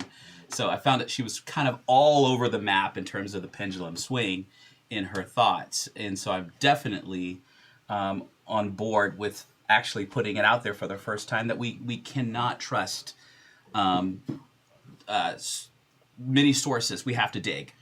We teach a man not what to think, but how to think. Well, and I'll bring up the recent CNN release video that talked about how they did openly, they admitted during a hidden camera area that they actually they skewed information. It was openly proven, and this was a real video, and they've already proven the video to be true, that they skewed information to try to help make Trump look bad. They focused on things to try to push out an agenda. That was put out there. But we are running up on the end of our time for the break. But I want to say, ladies, this next section of the question and answer is your chance to ask 4 men right here whatever questions you want. We will answer without filter. Yes. Okay. So by all means, whatever you want to know about us, now's your time. Ask us.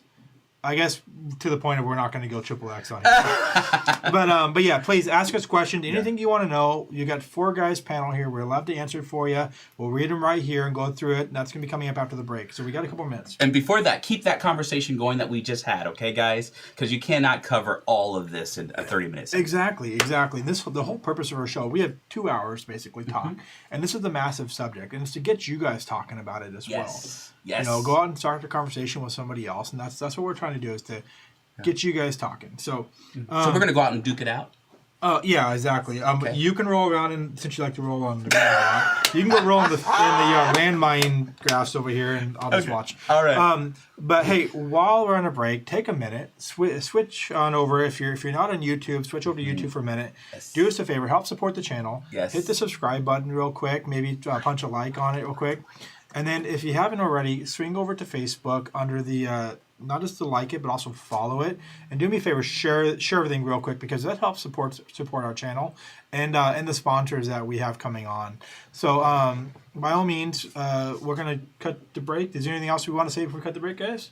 We're good. Cool. We'll play a little more poker while we're on break here and have a few more drinks. And then we will see you after the break. See you soon.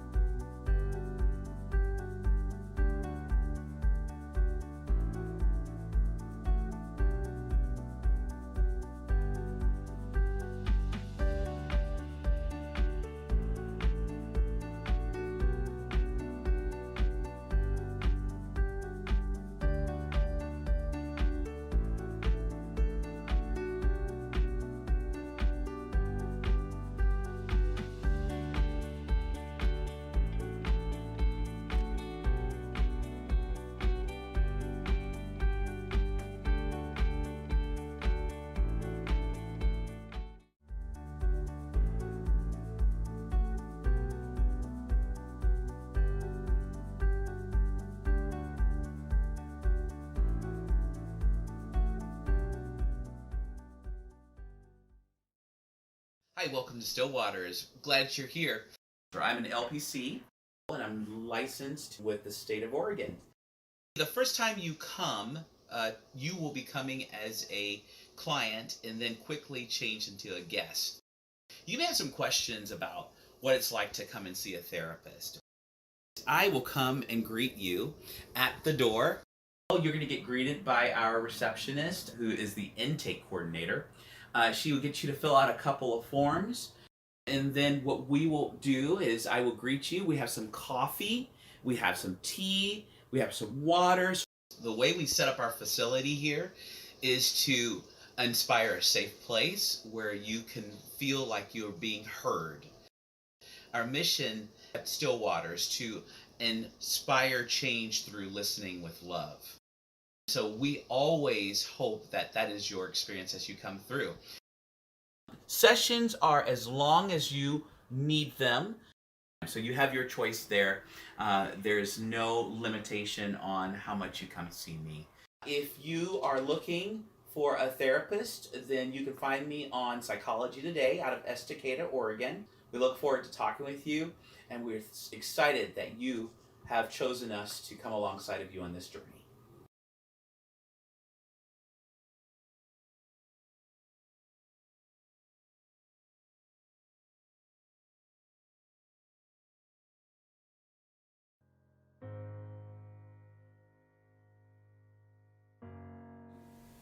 You'll always be in our hearts. So I'll say, instead of goodbye, we'll see you soon. Thanks, sir. You also have a short name.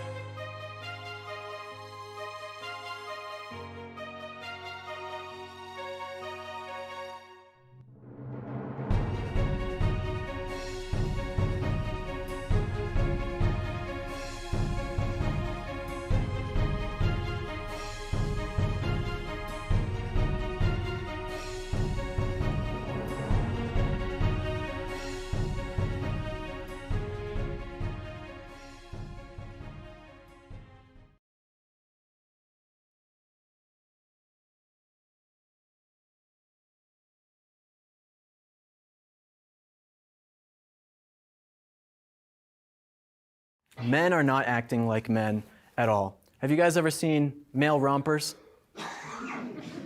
That is a disgusting, horrible thing. And that should never happen, okay? Men should not wear rompers.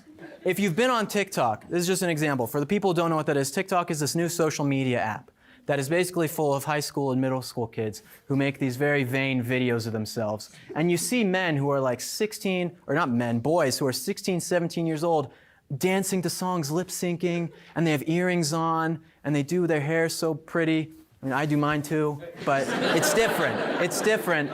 It's different. But it's like this is the generation of men that we're raising. We're raising men who do not feel like men. If we don't have men to stand up for the values that we believe in America, then this country is really lost. We have feminine men who are going to be the future of this country. And that's a big deal, because right now in America, you have men, young men, I think up to the age of 26, are killing themselves at a rate that is 5 times more than young women. It's the highest suicide rates of young men ever recorded. And that's a terrible thing. Young men are no longer getting jobs, they're not getting married, they're staying at home, they're watching porn, they're playing tons and tons of video games. And listen, those things are not so bad when you're doing it in moderation, you're a younger guy. But when you're graduated from college and you're still living at your parents' place, and you're not going out and looking for a date, you are playing video games all day, doing any of these sorts of things, not getting a job, not wanting to get married, that makes you sad. Your life is not fulfilled. They also don't have any religion in them. These young men, I mean, I went to CU Boulder, as you guys know, if you guys have been there, or I mean, even here probably at DU, I mean, they're godless places. The university is a godless place, as you guys probably know. And I'll talk about this a little bit in the ending, but that's a real big deal.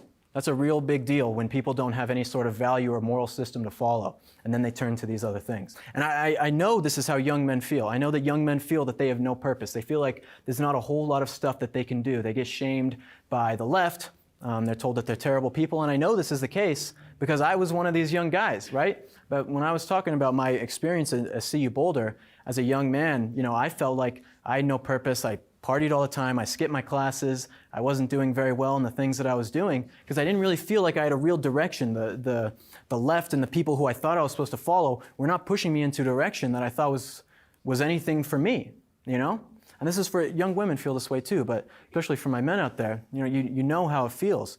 And so the number one thing that changed for me, well, two things. The two things that changed for me. The first one was reconnecting with my family. My family is here. But I wasn't very close with them, and I felt, a lot of times that, family values aren't that important. I'm doing my own thing. I'm up in college. It doesn't matter. And, you really realize how important family is, how important family values are. The lack of family values right now in America. I mean, I live in LA. The divorce rate is, I think, close to 70% in LA. People are growing up without fathers, without families. And that's a huge deal. So for me, reconnecting with my family and realizing that these are the most important people in my life and really putting them first instead of myself being selfish was a huge deal for me. And if you're feeling lost at all, try reconnecting with your family too. It'll really change your life. The second thing was putting happiness over enjoyment. And that's another big deal. The thing that, I was doing things that were very enjoyable. I would sit at home, I'd watch a lot of TV, I'd go out and party, and those things brought me a lot of temporary enjoyment. I was hanging out with people who weren't great people, and those things brought me a lot of enjoyment. But they didn't bring me any real happiness. I didn't feel happy, the next morning, obviously. And so putting the things that brought you happiness above enjoyment is another way to totally change your life. Right now, people in America, their priorities are all wrong. We're putting the things that bring us enjoyment above the things that bring us happiness. Thank you for watching this video. To help keep PragerU videos free, please consider making a tax-deductible donation.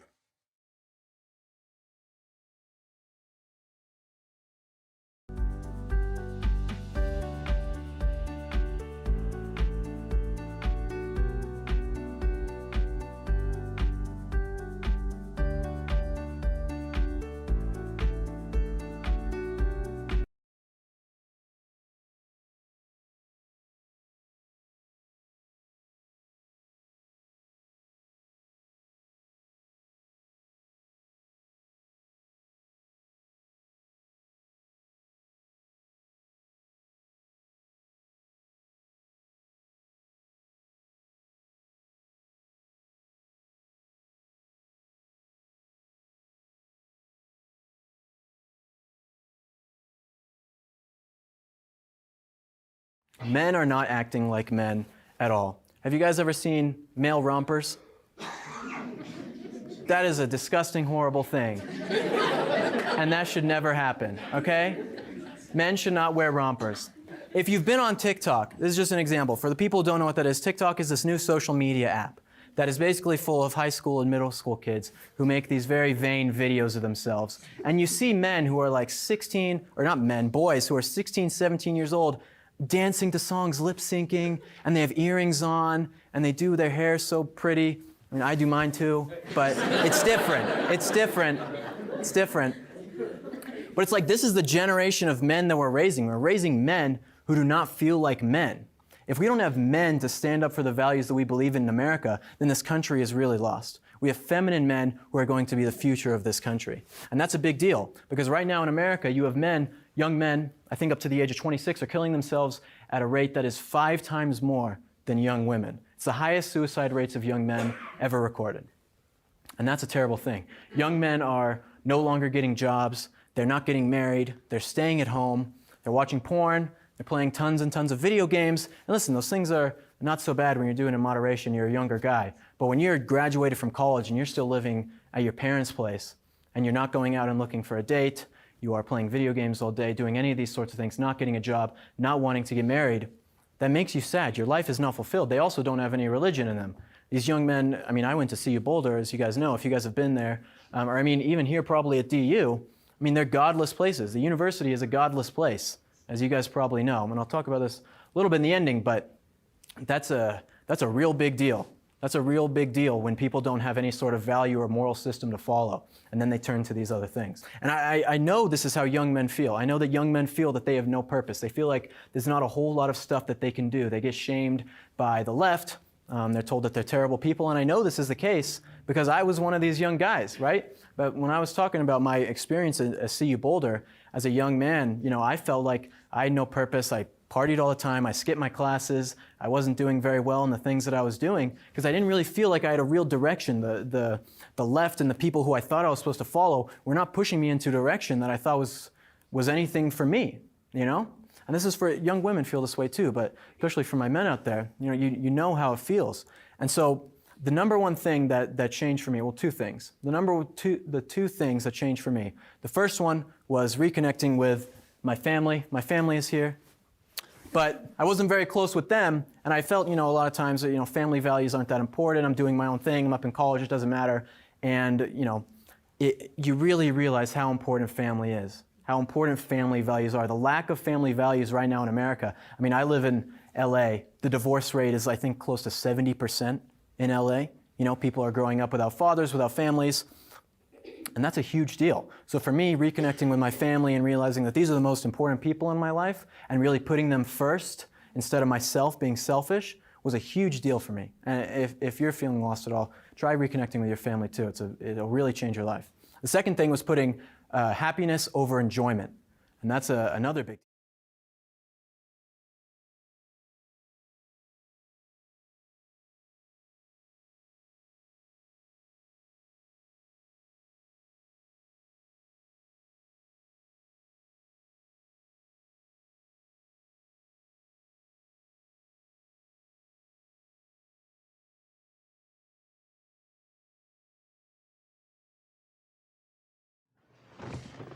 Hey guys, welcome back to the last and final part of the show. Got a little bit crazy afterward. Bumped, knocked some water over the table and stuff. I tried to watch out for what I was doing, but I had to get more. I had to get more soda. Oh, of course, it happens. It happens. So, but hey, that's what it is. Yes. And at the point there, somehow he ended up with twice the cards. He's missing a few. I don't even know where your cards went, and somehow mine are out there. My cards, you wanted me to actually hold my cards open like this. Yeah. So I just wanted to bring it right back to that. Definitely. So is this where people can ask us questions? Yes, they ask us questions, and then basically as they come in, I'll go ahead and put it out there. Yeah. We answer the question, and then we go from there, and then we'll bump to the next one. So I'm going to see... Okay, so the first one on here is that's basically said. Okay, I think it's a previous comment. I'm trying to catch into the right one. How do you handle men who are depressed because of an unemployment or COVID? How do we support the men displaced right now? I was going to point at you, Tony. You're going to point at me? Yeah. Okay. Well, there are a lot of men that actually come and see me who are depressed because and I would say because we're talking about men, our agenda, or I should say our identity is wrapped around what we do. What do you do when you see another man? You go, the first greeting you have is, hey, my name is, what do you do? So how do you help a person, right? Yeah, true. Yeah. So how do you help a man get through and work through what's COVID's presented to us? There's stages of grief that we talk about, and men present stages of grief a little bit differently than women do. But just reassurance. Women, what you can do for your man is to say, you know what? We're going to get through this together. I'm here for you. We're a team. Team talk is really good for a man too. We're on the same team. You know what's interesting on that thread too is since we're talking about the left, is the fact that they went. Not only do people get unemployed, but you became an unessential worker. Like you don't matter anymore. Yeah. Like you're not important to society in general. Like that's a pretty hard hit, I think, for some people that were unemployed, during this time. So it's crazy. Yeah. Yeah. Okay. Anything else on that one? Well, I was going to say, have any of you guys, I know probably not you, Sean, but Robert, have you been affected by COVID in terms of your job? Not whatsoever. We laid off everybody for about a week. Yeah. And brought everybody back. And we're going strong, but then infrastructure, they're spending a lot of money on infrastructure, and I'm in construction, so then I work for a company that works in more than one state. So, and I'm in the office. But, I work a job where I get to wake up, roll over in my boxers, and start working. Sorry, boss, for that picture if you're watching.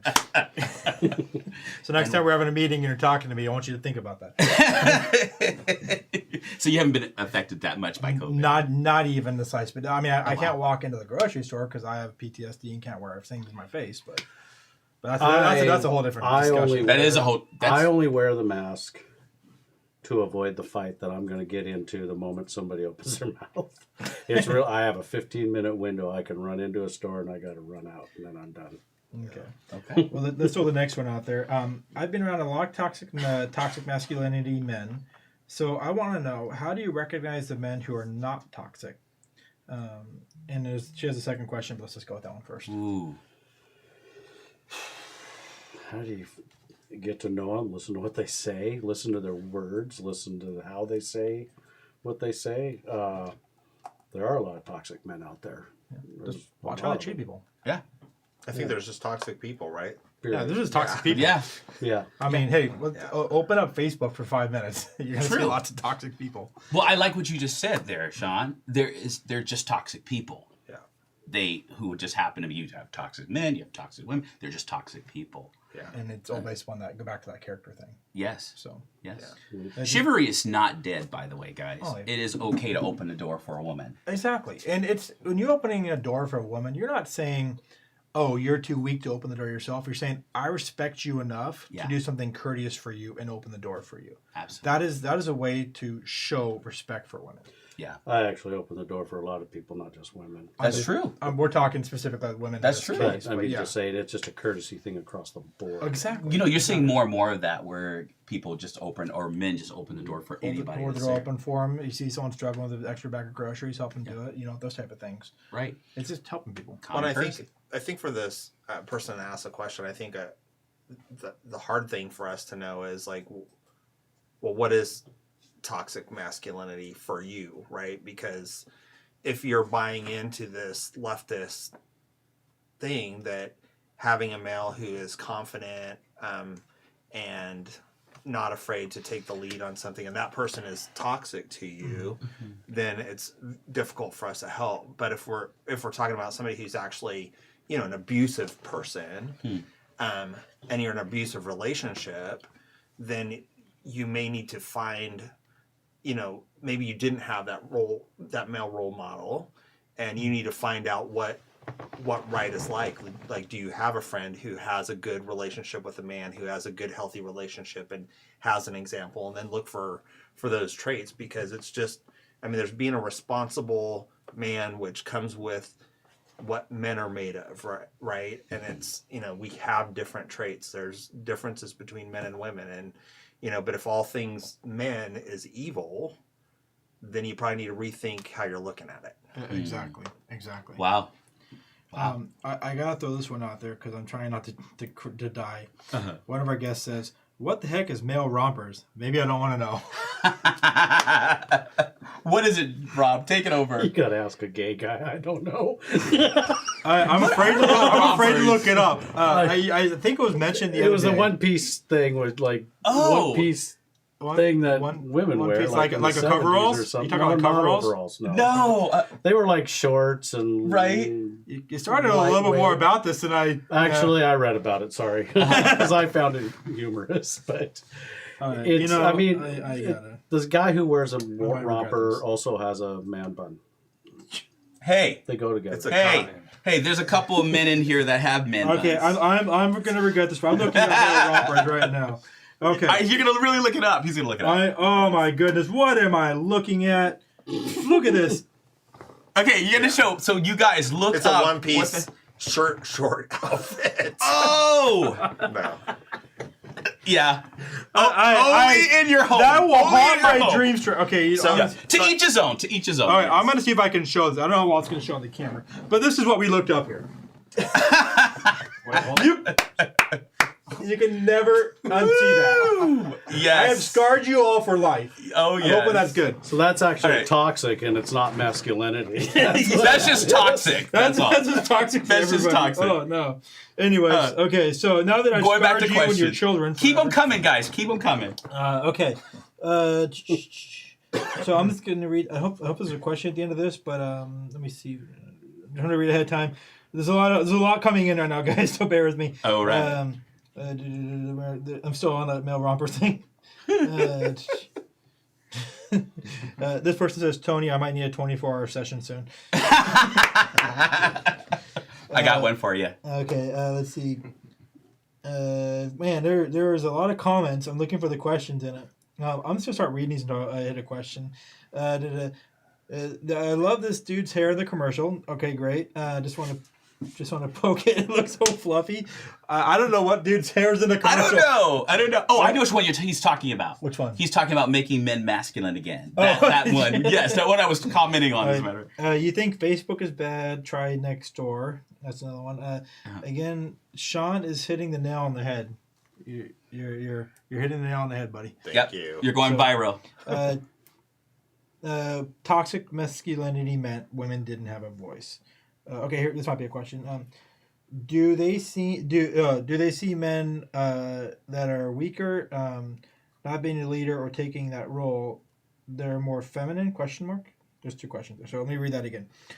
Do they see men that are weaker, not taking a leader or taking the role more feminine? So basically, guys that aren't taking a leadership role, you see them like weaker, or do you see them as more feminine? Ooh, Not at all. So like, No. I think it comes back to our alpha male beta. No, there's guys that have their roles in life that they're not weaker. They're Meek, I Either- think, was a good. I like that. I like how you Yeah. approach that. Yeah. That meekness isn't weakness. Like you right. can approach stuff So with humility. I wouldn't. Right. There's a lot of very gentle men out there that I know who are very much a man, very much a strong Right. man in their character. So Definitely. There's a comment in here I want to say because I think it's probably one of the best I've heard in a while. It says, "Make women cherished again." Make women cherished again. I Now, love there's that. a difference between what some might take that as. It's not make women the most important thing in the world. You know, make women the head of the household. It's make women cherished. Right. Cherished means that you see them in a special light. Like Yeah. as far as it's something that's very important to you and you want to take care Absolutely. and support and be there for them and support. Who said support? But Yeah. it's a special way of loving them. It's kind of why I'm reading that. So Yeah. Yeah. It's a really good point. You know, I want to go back to the beta, alpha, or leader versus meeker. I love what you were saying. Not really versus meeker, but there are some roles that, as a man, I'm stronger in, and there's some roles that I take the leadership in, and there's some roles I take the follower in. And so we can be. What do you call it, guys? When you're shifting, you can be. Oh, what is it called? I forget. There's a movie out. The title of the name I forget. Versatile. Well, there you go. Let's just do that. You can be versatile. Yeah. You can be versatile. Well, that's the interesting thing because this attack is on hierarchies, right? Yeah. That hierarchies are bad, but really there's an unlimited number of hierarchies. Some people are better at one thing, and they might take the lead in that one thing and be the dominant person in that hierarchy. Mm-hmm. But all hierarchies aren't bad. They're there for a reason, and they're there in nature. They're not you mentioned trees, but I mean hierarchies are biological. They're not a social construct, which is what everyone would have you think that they were from the left. But it is, they're important for a reason because they give a person that has that unique talent the ability to climb that hierarchy and reach that top and to be in that point that they shine in. But in another area, they might be the person that lays back, just to your point. Yeah. Yeah. Absolutely. Absolutely. definitely. Haven't had any new questions come in yet, so let me look back and see if I make sure I didn't miss any here.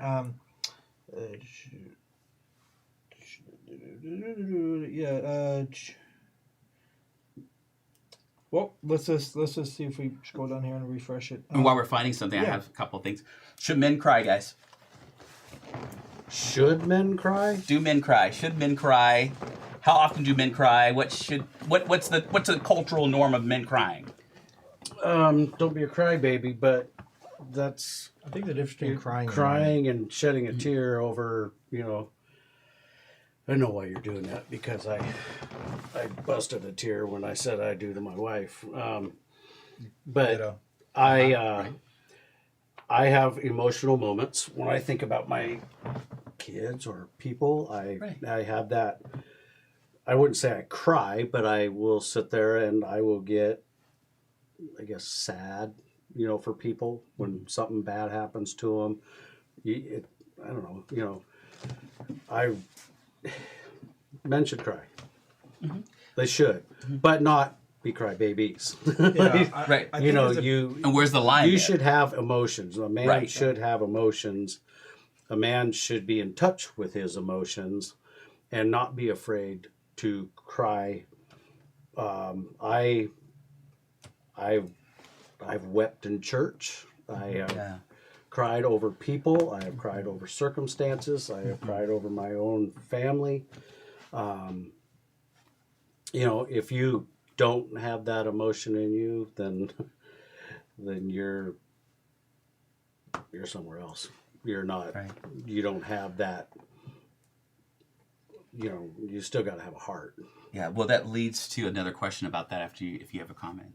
Well, I was just going to say that I agree with you. I think you have to be, do your very best to be honest, right? And if honest is shedding a tear in a moment that deserves a tear, then you should make yourself vulnerable, and do that. Mm-hmm. It's okay. It's okay to do those things. I think that it gets so. This is one of those bullet points under toxic masculinities, because everyone thinks toxic male is supposed to repress their emotions, right? But I think we're all agreeing here that it's okay to show those emotions, and there's a difference. But there are also, as a man, there's a time that you might need to put those emotions away to get the mission accomplished. And I think that all of us as service members could relate to situations that you might be in where that's not the moment that you have the time to do that. So it is a strength to be able to put that away for a minute, get through what needs to be done, and then you come back to it, right? And then you have to experience that emotion and deal with it. But there's also times that you need to be able to push through that. So exactly. And I think the biggest thing is crying is okay, whining is not. I think that's the biggest difference. And there's a difference between crying and whining. Whining is complaining. Whining is identifying the problem without willing to solve it.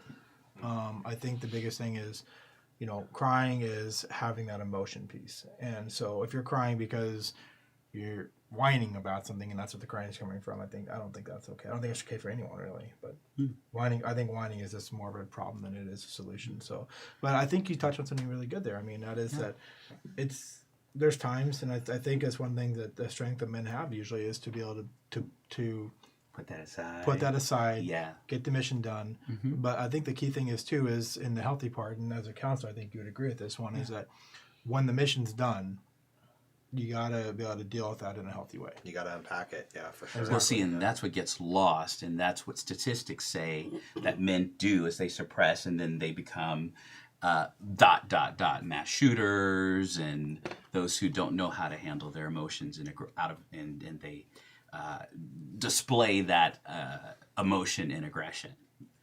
That's what psychology would say, which is in large led by people from the extreme left. Sorry. No, sorry about it. I was trying to feed you into that one. Yes. Yes. I've read a lot of the studies, and those studies don't even make sense. And I've seen a lot of studies that are, I would say, very skewed. Yeah. But let's jump into another listener's question that they have here. Sure. This goes off of one of the questions they had earlier. It says is a non-toxic man. What do they look for in a woman they want to be with? And basically, what's a non-toxic man look for in a woman that they want to be with? He's jumping in the chair. When he adjusts, Yeah. No, I was just sitting here thinking, I should just bring my wife in here and see what she's like. But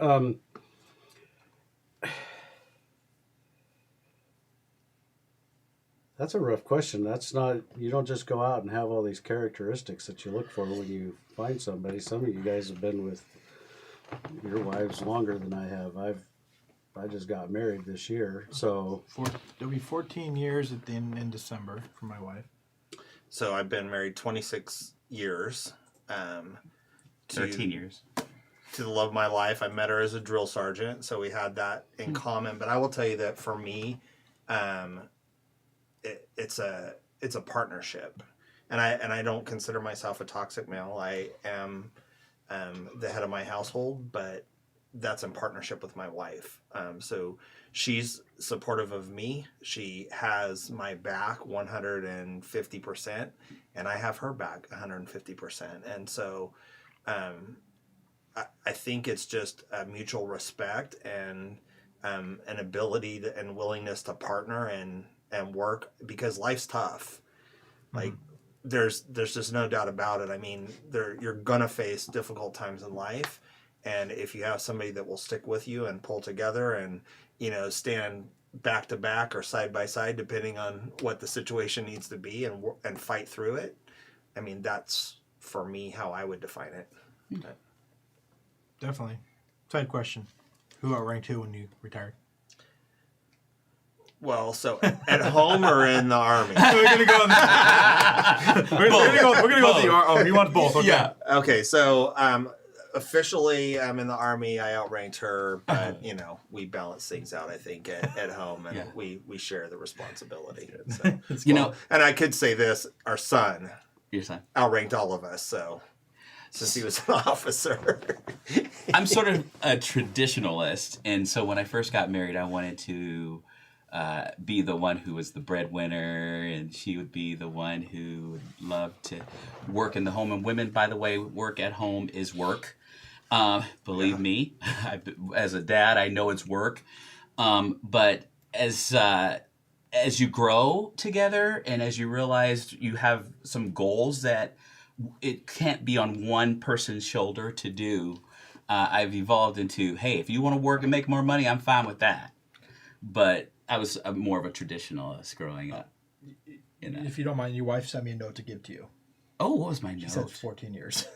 Oh, 14! Sorry, hun. They were, you know what? It was like I was married yesterday, by the way. So I don't keep track of time, I keep track of moments. So there you go. So yeah. She wanted to make sure I told you that. Okay. So I could tell you what I did with my wife, what it is that drew me in. And it wasn't because I was out looking for any kind of anything. I really wasn't, actually. is a genuineness about her, and a genuine caring, a person who I can share my most inner secrets with, and trust that that's where they will always be and never leave her. There's more to it than that. I mean, there's all the care, love, respect. The partnership is huge. I mean, we do everything, and she is my best friend. Yeah, mine too. So, and I hope that all of us feel that way about it. Yes. So, yeah. You got another question? Unless you just wanted to comment on that. No. For young men that have not had fathers in their lives from death or divorce, and what would be a good perspective on how to help young men grow up to see healthy examples of good characteristics of a man in this time of age? Second part of that, I'm going to read both of them together. I guess what I'm saying is, how do we protect these young men from these feminism mindsets? homeschool them. Robert, homeschool them. Just get them out of school now while they're still. Oh, I have. I think being living examples. Yeah. I think that's the biggest thing, is be a solid example of what it's like to be a solid man. Right. Well, and I think more people just, so one thing I like to I listen to Jordan Peterson. I've read his book 12 Rules for Life, and it's a great book on really getting yourself together. He's had a huge impact. He's went viral from a bill that he was opposing in Canada, C-16, but he really has had an impact on young men in particular who have had difficult relationships with parents, maybe weren't accepted from their father or didn't have a father. And so I would say, focus on what's in front of you. get your own life together. Do the things in your life, and if it, if what you're trying to do is too much, make it smaller. And just continue to try and improve yourself and get better and educate yourself. But I think there's a lot of good people out there that you can listen to. I think that's one awesome thing with the technology age. And then the other place I'd say that hopefully you can find this is in a church, that you might be able to find some positive role models in a church where there's some godly men who are doing their best to walk as godly men and be that example that you mentioned. Exactly. I'm glad. Go ahead. I was going to say, churches are a good place, but at the same time, that just opens up a fat challenge for any men that are out there listening that step up. Some of us, our kids are no longer in the home, and we have time. We have free time. Yeah. Go out and mentor. Yeah, Mentor that's a good kids. point too. Yeah. Yes, there's all So- sorts of Exactly. opportunities to mentor. There are a lot of boys that are screaming out for fathers. And you mentioned the church. For me, the church was a big part. My youth pastor was like a father figure to me. And actually, I wouldn't be in the business that I'm doing right now if it weren't for him speaking life into me.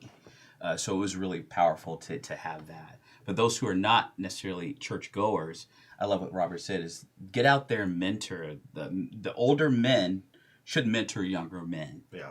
And I think, and I love that he said protect too, because a lot of guys who are not raised by their fathers generally feel unprotected. Yeah. I agree with what you said about homeschooling. We need to get our kids out of the brainwashing factories of our education systems. Yep. Yeah, and we've seen things too where they're way overstepping and they're not involving the parents, and I'm sure we've all come across that somewhere. So Yeah. Oh boy. My yeah, kids again, that's a whole that's a whole other topic. topic that maybe on a future date. So, another Yes. question. Big question is, how do you take a man that is just toxic and inserts his toxic masculinity in every moment of the day and make him see how his destructive behavior is hurting everyone around him? You can't. Cast them aside. Got some aside? I've done a lot of reading on this. Cast them aside. Get rid of them. So, I know it's hard, but if they're that toxic, if they're that much, they won't see it. So I want to piggyback that. But go ahead. You had a question. I think a good way to look at it is if you're in a relationship with that would definitely be to,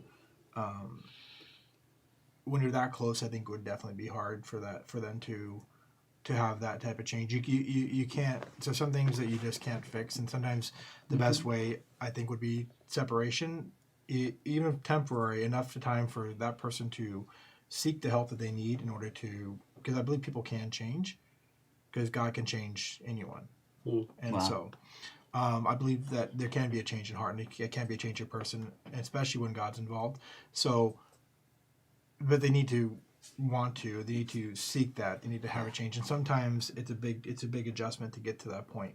Well, they need and to a big- know they need to change. They Exactly. need to know that they're toxic. They need to And know it. if there's no major change or move in their own life, that to show them, sometimes that's what it takes. So.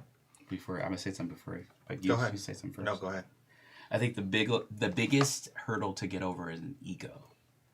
It's the biggest hurdle to get over, and typically in counseling, one of the most difficult people to counsel are the ones who don't know that they are toxic, because with ego comes narcissism. So there's not much more you can go. That's the ceiling.